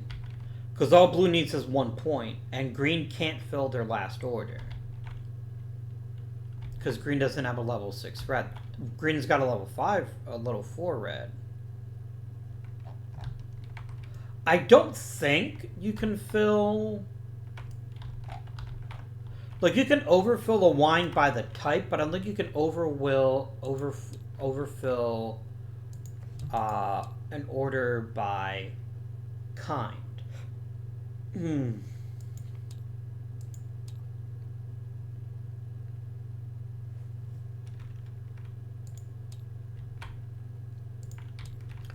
Let me see here.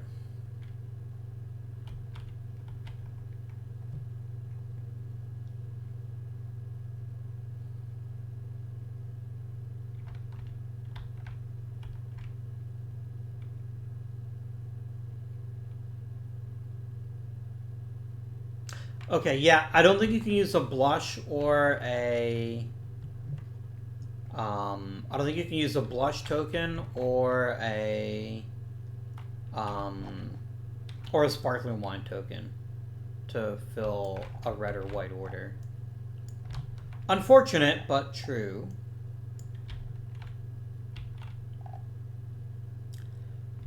Green never built her stupid guest house.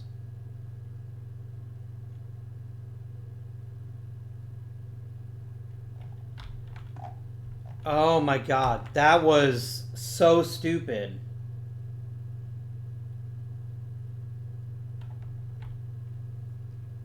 That was so bloody stupid.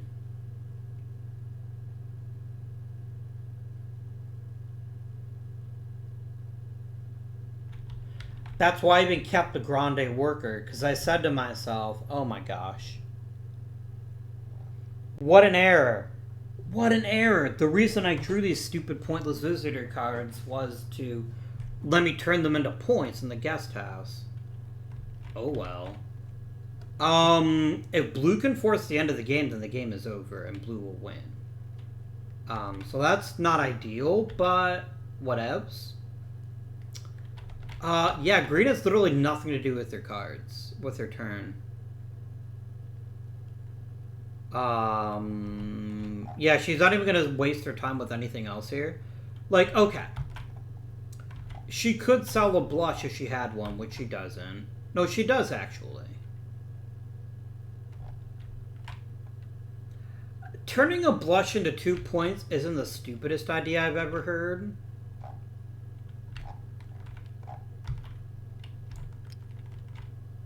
It's like a giant waste, but it's not like stupid, right? I don't know why green ever made this blush. I wonder if I meant to make it for blue and I just got distracted. Or maybe I was expecting that I would get another blush order and I just never did. Who knows? That's green's next action done. And then blue has a Grande worker left. Blue cannot fill one more order. Is there a way for blue to get a point?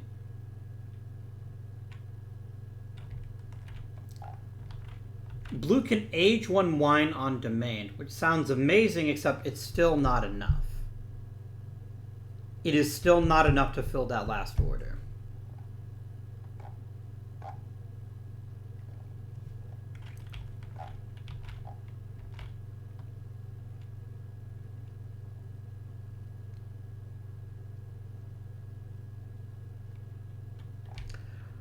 I mean, I'm going to go ahead and use the uncertified oenologist to go ahead and age all my wine twice. It's still not going to help because I'm out of workers, but that would be helpful. So that gets you to 7, that gets you to 6, and that gets you to 4.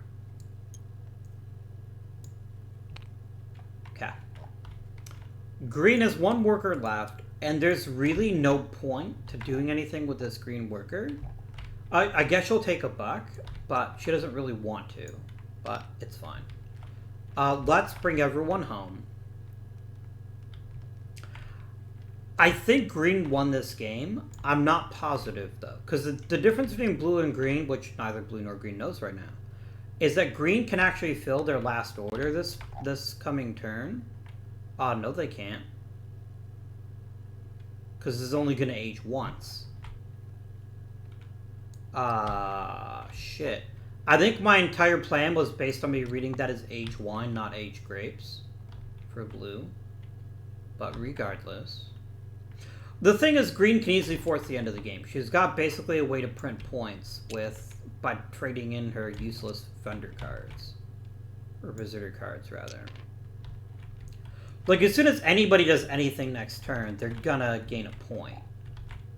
The issue, of course, is that the wine won't be aged enough, so unless she gets some kind of card that helps her age her cards, that's going to be a problem. It's going to be a real big problem. So that's all green's workers back and blues. If green had intelligently built that building last turn, which she definitely had the workers to do, green would have won, because green could have generated a point just by building the orange building. Whoopsie doodle. That didn't work out.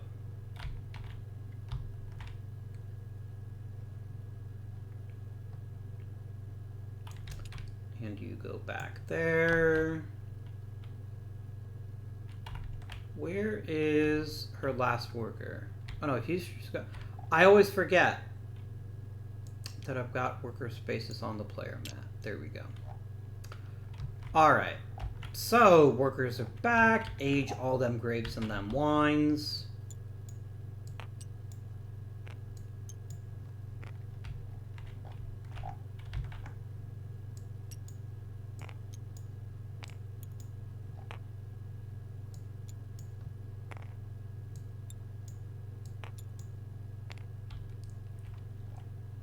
Okay. Discard is 7 cards. We're both at 7 or less. Get our money. Not that money matters at this point in the game. We both have stupid amounts of it. And almost nothing to do with it. So. Green's going first. That's just a fact of life. And green misses out on all the bonuses, which is a bit of a downer, but that's okay. So blue needs to have a good hard think about what to do with his position. Blue can unfortunately not fill any orders this turn. Unless he gets something that helps him age his wine faster. And that's the one thing he doesn't have. He doesn't have anything to help him age his wine. Which is a problem. He could fill this one by making some white wine. I'm going to try a risk with blue. I'm going to go up here. If I can get another wine order that I can fill, because I'm not going to be able to fill this one probably, that could be pretty gigantic. That could be pretty huge. So, green is first player. She gets the grapes. Them tasty, tasty grapes. And this is going to be the first turn. The last turn of the game. Her getting a wine filling order does make a bit of sense too. There's at least a chance that she could fill it, potentially. She could also just sell shit to make money that way. So there's some options available to her. All right. So she's going to go ahead and use her first action to build, not the Politico. The Politico doesn't do her any good. She's going to build a building.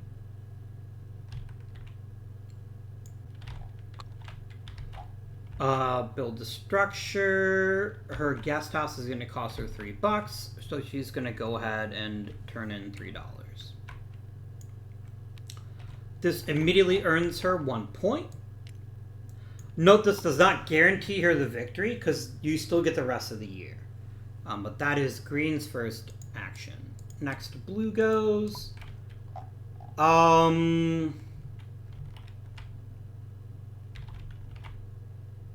Nothing here does anything for blue.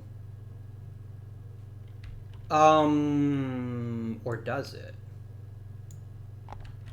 Going back to Aretsa would let them draw another wine order.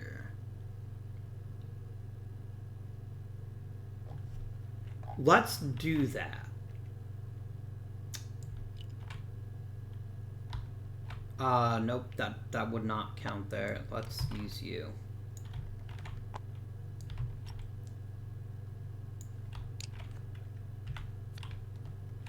Really? Alright, game. I see how you are. Holding the blue man down. Green. Green, green, green. Green is done. Green has nothing to do for us this spring, and neither does blue. So, green gets no bonus in the summer, but green does get to do the first action. Oh, no, wait a minute. She can do that in the spring, can't she? She can go ahead and use her guest house right now and discard these 2 silly yellow cards in order to go ahead and get her 2 points. That was part of her spring action. Now she's in her summer action.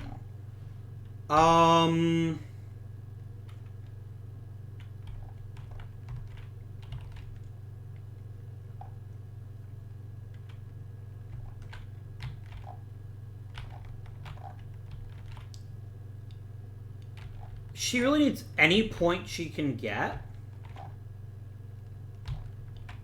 There'll be $3 for a point, or 1 grape for a point. And she could do it twice for up to 2 points. But what she really needs to do is she needs to save her workers and hope that she can get lucky. Because if she can get lucky, she can fill another wine order. And that would be very beneficial to her. So green is going to end the summer for herself.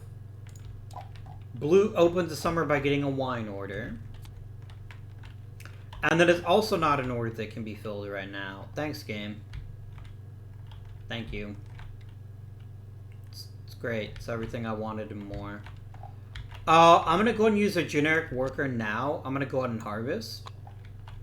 And I am going to harvest the Merlot.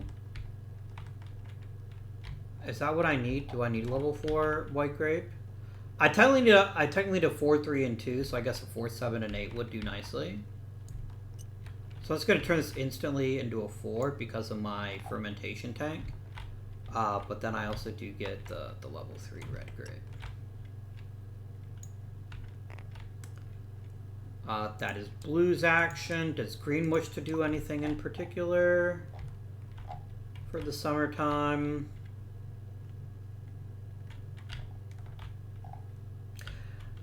I guess there's value in using a generic worker to just get another point.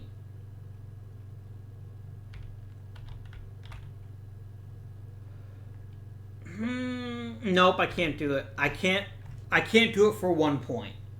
That's too short-sighted. I have to hope that I can draw... One of these wine orders will be one that green can fulfill. Maybe even 2 that they can fulfill. So I think that's what has to happen here. Green's got to be patient. Does blue have any incentive to do anything in this turn?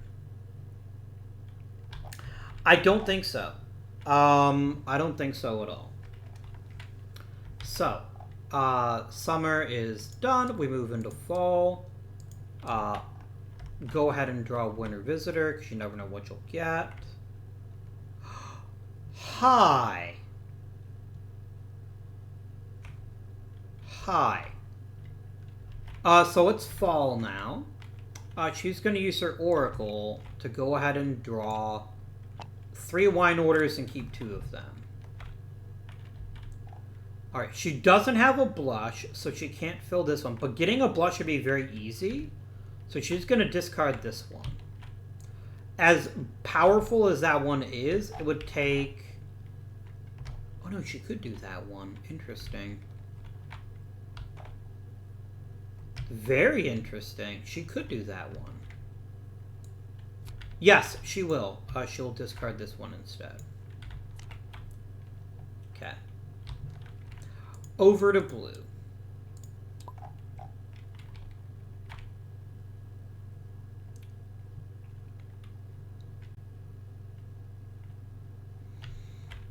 So this is an interesting dilemma here. Because I'm playing the game 2 players. Because I'm playing the game 2 players, I happen to know that green desperately needs to make wine this turn. But the thing is, reality, I don't actually know that. So, making wine just for the sake of taking up the space is pretty short-sighted. When I could just get a bunch of grapes and then turn one of them into wine immediately. Like, I can make a sparkling wine just by harvesting. And so I think I'm going to use my Politico to harvest a field. And I'm going to spend $1 so I can harvest all 3. That's going to get me 1, 2, 3, 1, 4. So I need 5 grapes. And we're going to do 1... 2, 3. 1 and 4. So that's fine. Then green breathes a very obvious sigh of relief because she really needed to make wine this turn. Because she can turn...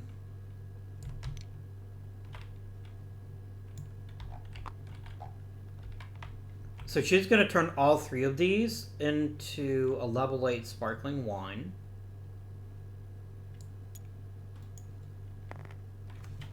And then she earns $2 for whatever that is worth. Not very much at this point in the game, but hey.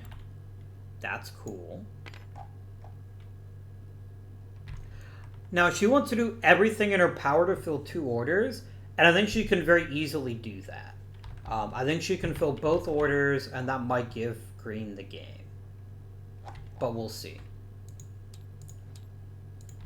So blue looks at their hand of cards. Blue can easily make this sparkling wine. I never made any wine. That's the whole point of harvesting. Sorry. I'm going to do this and then make their sparkling wine as well. So blue can fill this order, but that's it. Because the grape won't have aged enough. Oh, yes it would. The Master Vintner will age wine, which is going to be just enough to get the 2 level 6s that he needs. Interesting. Oh, this is going to be a very interesting finish, because they're each going to be able to fill two wine orders. Is there anything else here that is worth doing?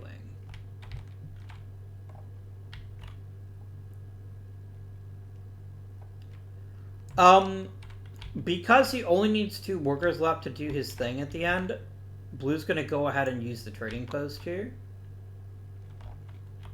It doesn't matter. He'll just take $1 because I'm too lazy to mess with putting another thing out there.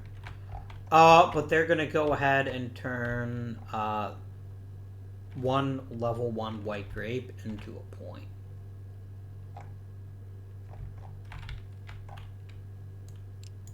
Because there's nothing better to do with that worker right now. Green says they're done with fall, and blue says they are done with fall. So now we go into the winter. Green wants to get out there. It doesn't matter which one she does first, because she'll be able to do the other one second, because she has the grande worker. Like, blue cannot block her. So blue's going to come here first and fill a wine order. And she is, no she's not. She's going to do this one because she gets a bonus if she does it. And she plays her marketeer. In the correct order, of course. She's going to fill this 2 and 8. So that's a level 8 sparkling and a level 2 white. So we'll do this and this.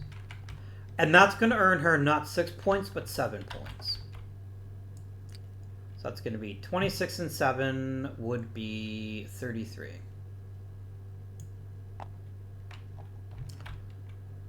Blue is up. And blue has this Master Vintner.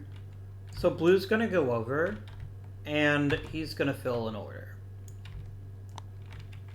And the one he's going to fill is this one, because it's the one that doesn't require any wine aging.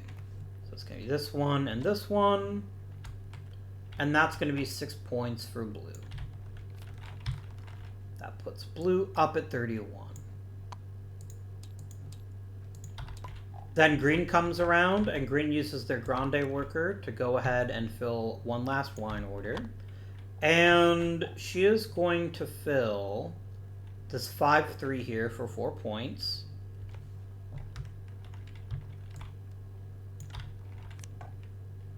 One, two, three, 4. And last, but absolutely not least, blue plays their final worker. What did blue get? Oh, they would have drawn a building card. That doesn't matter. And blue's going to come over to here, and he's going to use his Master Vintner.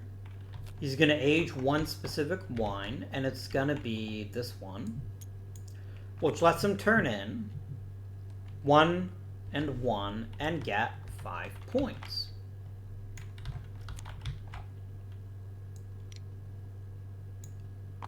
And just like that, my friends, oh my gosh, 1 point.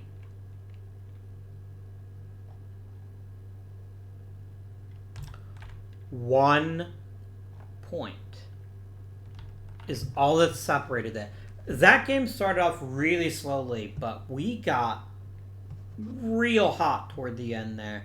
We're both just completing orders left and right.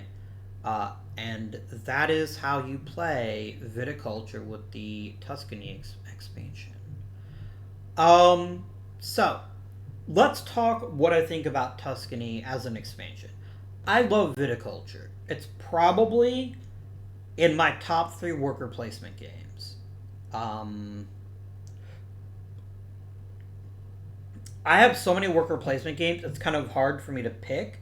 Dune is probably number one, because Dune is a worker placement game and a deck builder, which is four. That's just perfect for me. Then it's gosh, it could be any one of a number of games, really. Um, the Gallerist is really exceptional. It's not really a worker placement game, though. I mean, it has a worker in it, but it's not really the point. Um, Lords of Waterdeep is a classic for me. I'll always love it. It was my first worker placement game, but I don't think it's as good as Viticulture, especially with the Tuscany expansion. Is there anything else specifically worker placement wise that I'd put above it? There's like a bunch of games like sticking out in my brain. I just can't think of them. One Small Step is quite good. It's unfortunately it's not on Tabletop Simulator. I've been able to find a mod for it, but that's a good one about the space race. Um, Aquatica is a deck builder.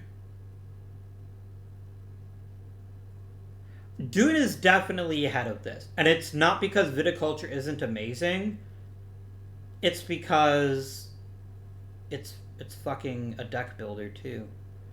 Um, Agricola and Hallertau are probably tied for second for me, and then this game would come in third. Um,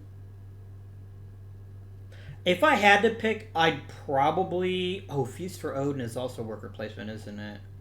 Yeah, it's too hard for me to choose. But this is definitely one of the very best, and it's definitely the most accessible, complex worker placement game.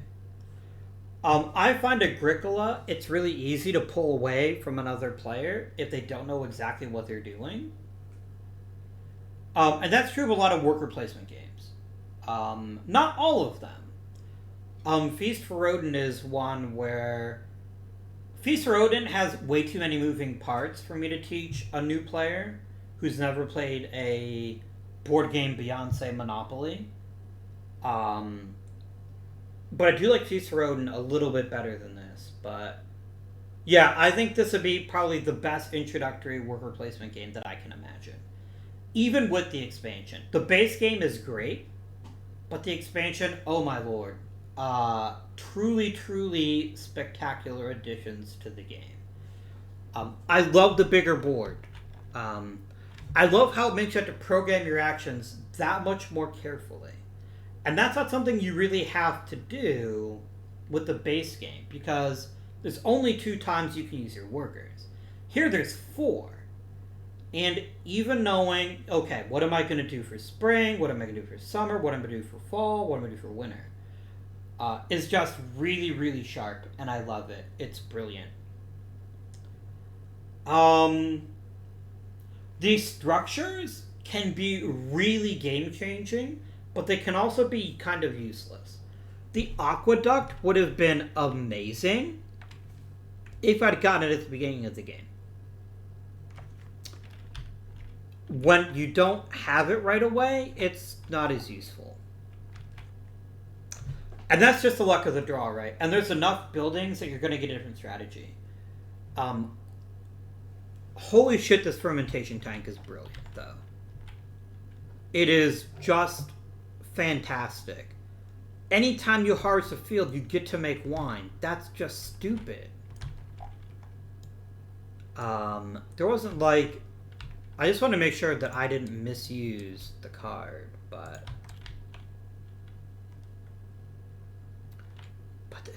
it's just so good. Every time you harvest, you can instantly make 1 wine. I could basically ignore this space for the entire game, and that's 1 less worker that I can do something else with. Buying that yolk may have been the best $2 I spent the entire game in combination with that fermentation tank. That was brilliant. Really, really incredible. The specialists are interesting. They're enough of a change that I will play the game with them, but if you said Avi, I'm only going to take 2 of the 3 expansions. I think the specialists are the one I get rid of most readily. Showing you some of the other specialists, we have the messenger. The messenger, you get to use them in the future, which is kind of cool. You can basically make sure that you're guaranteed a particular space. That's really powerful. The traveler can use any space of the previous season, and it doesn't even matter if that space would be open normally, which is really cool. The mafioso, anytime you place it on a space that doesn't have an action, you can do the action twice. The merchant, if the last person that you play as a merchant, you get to draw 1 of any card.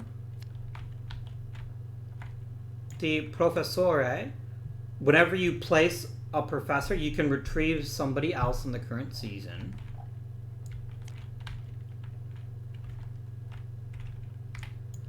The chef, you can bump a worker, which is pretty cool. And the soldato. What happened?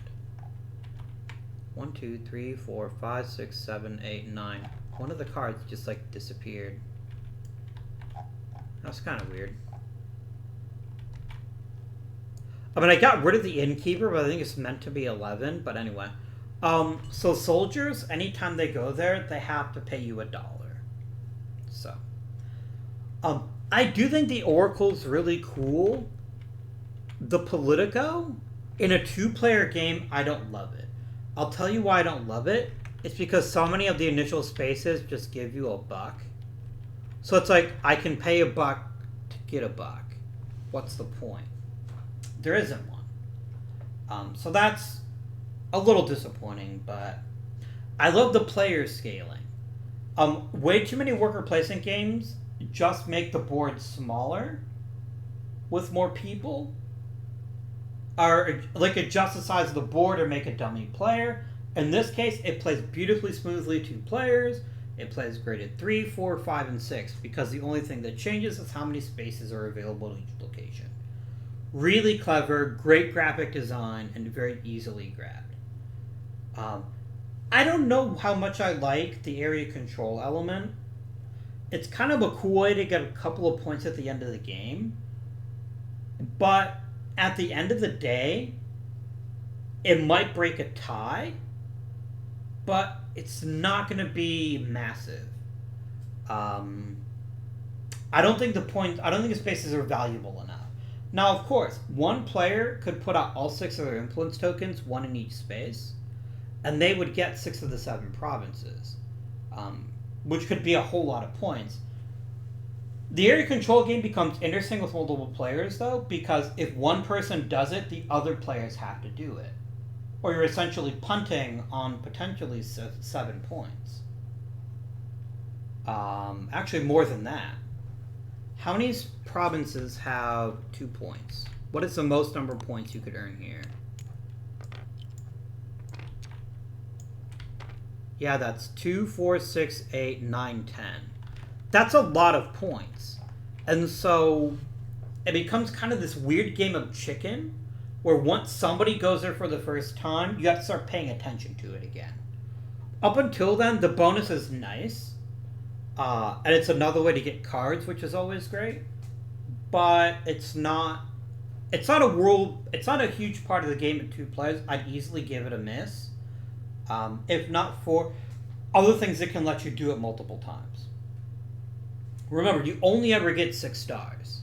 You can't get more than 6. So that's an interesting thing to think about as the game goes on. I think the new wake-up rules are brilliant. I like how how one player can't be the first player the whole game. That's very important in a worker placement game. And I like that going earlier means you're sacrificing bonuses. So it really feels like a difficult decision. 4 is the sweet spot for me. If I don't know what I'm going to do in a turn, I'm going to take 4. Because getting that extra wine order in the summertime can change your strategy dramatically. Which is really cool. I did things in this game I've never done before in Viticulture, like selling fields. Normally I don't have to do that. But we were both making so much money toward the end of the game here that I was able to sell the field and then buy it back as green and still come out on top, which is really cool. I still don't love some of the extra base buildings. This is a problem with base viticulture too, right? Like the tasting room, every time you give a tour, you get a point.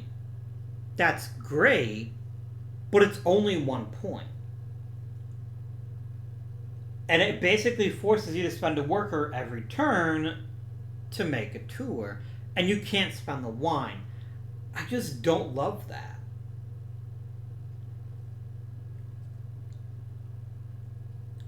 I also don't love the windmill. For the same reason. At least with the windmill, you can get a victory point every year. And it's easier to plant a vine than it is to do a tour because there's less requirements. But that brings me to the ultimate issue with viticulture. And it's not a huge issue at all. I love the game. I would happily play it any day of the week. But there are very few paths to victory. And while Tuscany expands it, it doesn't expand it by enough. If you're not filling orders, you're going to lose the game.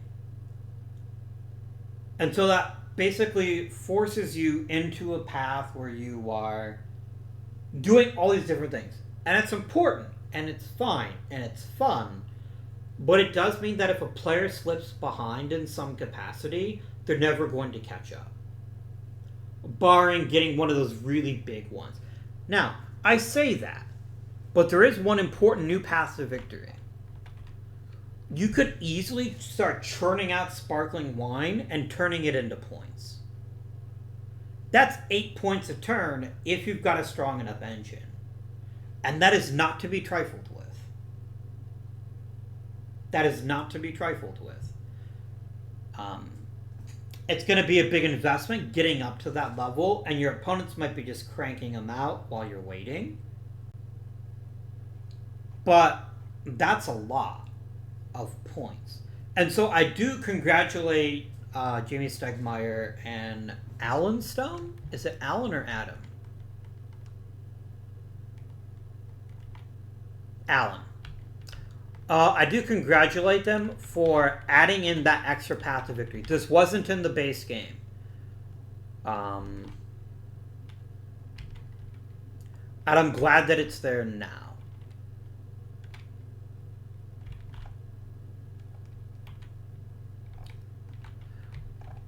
You basically ignore selling grapes here, but you're never going to sell grapes normally. So just making it so that any white or red grape is $3 just makes a lot of sense to me. The trade 1-for-1 space is a really cool idea.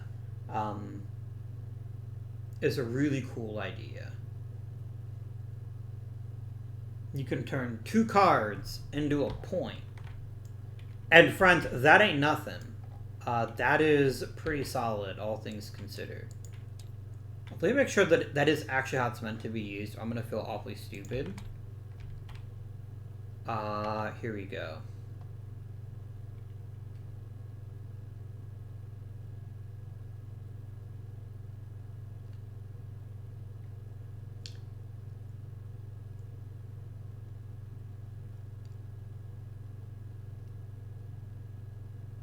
Yeah, perfect. I was correct. So, yeah, the new worker spots are really, really well done. And I guess sort of the 2 additional passive victories, so I guess I should backtrack my statement slightly. I still think by far the most reliable driver of points is going to be filling orders, because the other thing you're missing out on is residuals. I don't think it's a little bit too easy to plateau on residuals. I'd kind of like to see a way to at least get something, but I don't hate it. I don't hate it. There's even a really weird building strategy with the structures, because the rules clearly state if you destroy a building, you can still build another one for a point. Which is a weird strategy, but it's not terrible. I do like it. What I love the most about Viticulture, though, comes from the base game, the mamas and the papas.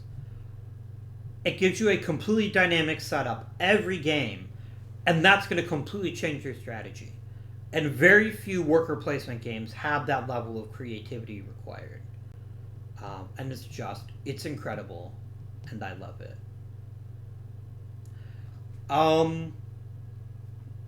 Yeah, Tuscany adds a lot. The specialists are a little bit underwhelming, but the structures and the powers they can give you, and especially the new board, the board alone is worth it. The board alone is worth it.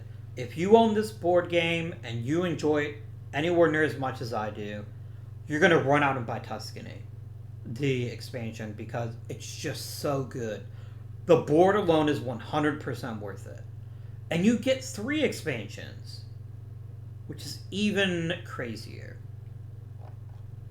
There is one expansion that comes with this that is not included in the actual Tuscany expansion, which is the More Visitor expansion. This adds new cards to the game that have some different abilities here that are pretty cool. I do like the More Visitors cards.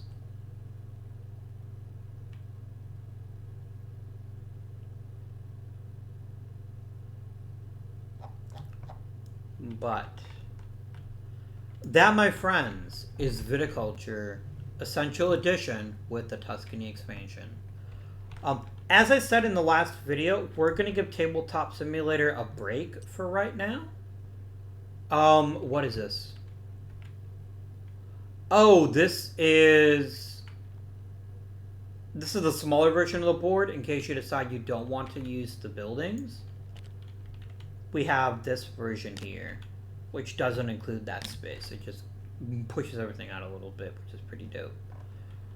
Yeah, so instead our plan's going to be to play Victoria 3 on release. Victoria 3 is coming out on... Let me quickly pull up Steam here. I've never been as excited for a computer game as I have been for Victoria 3.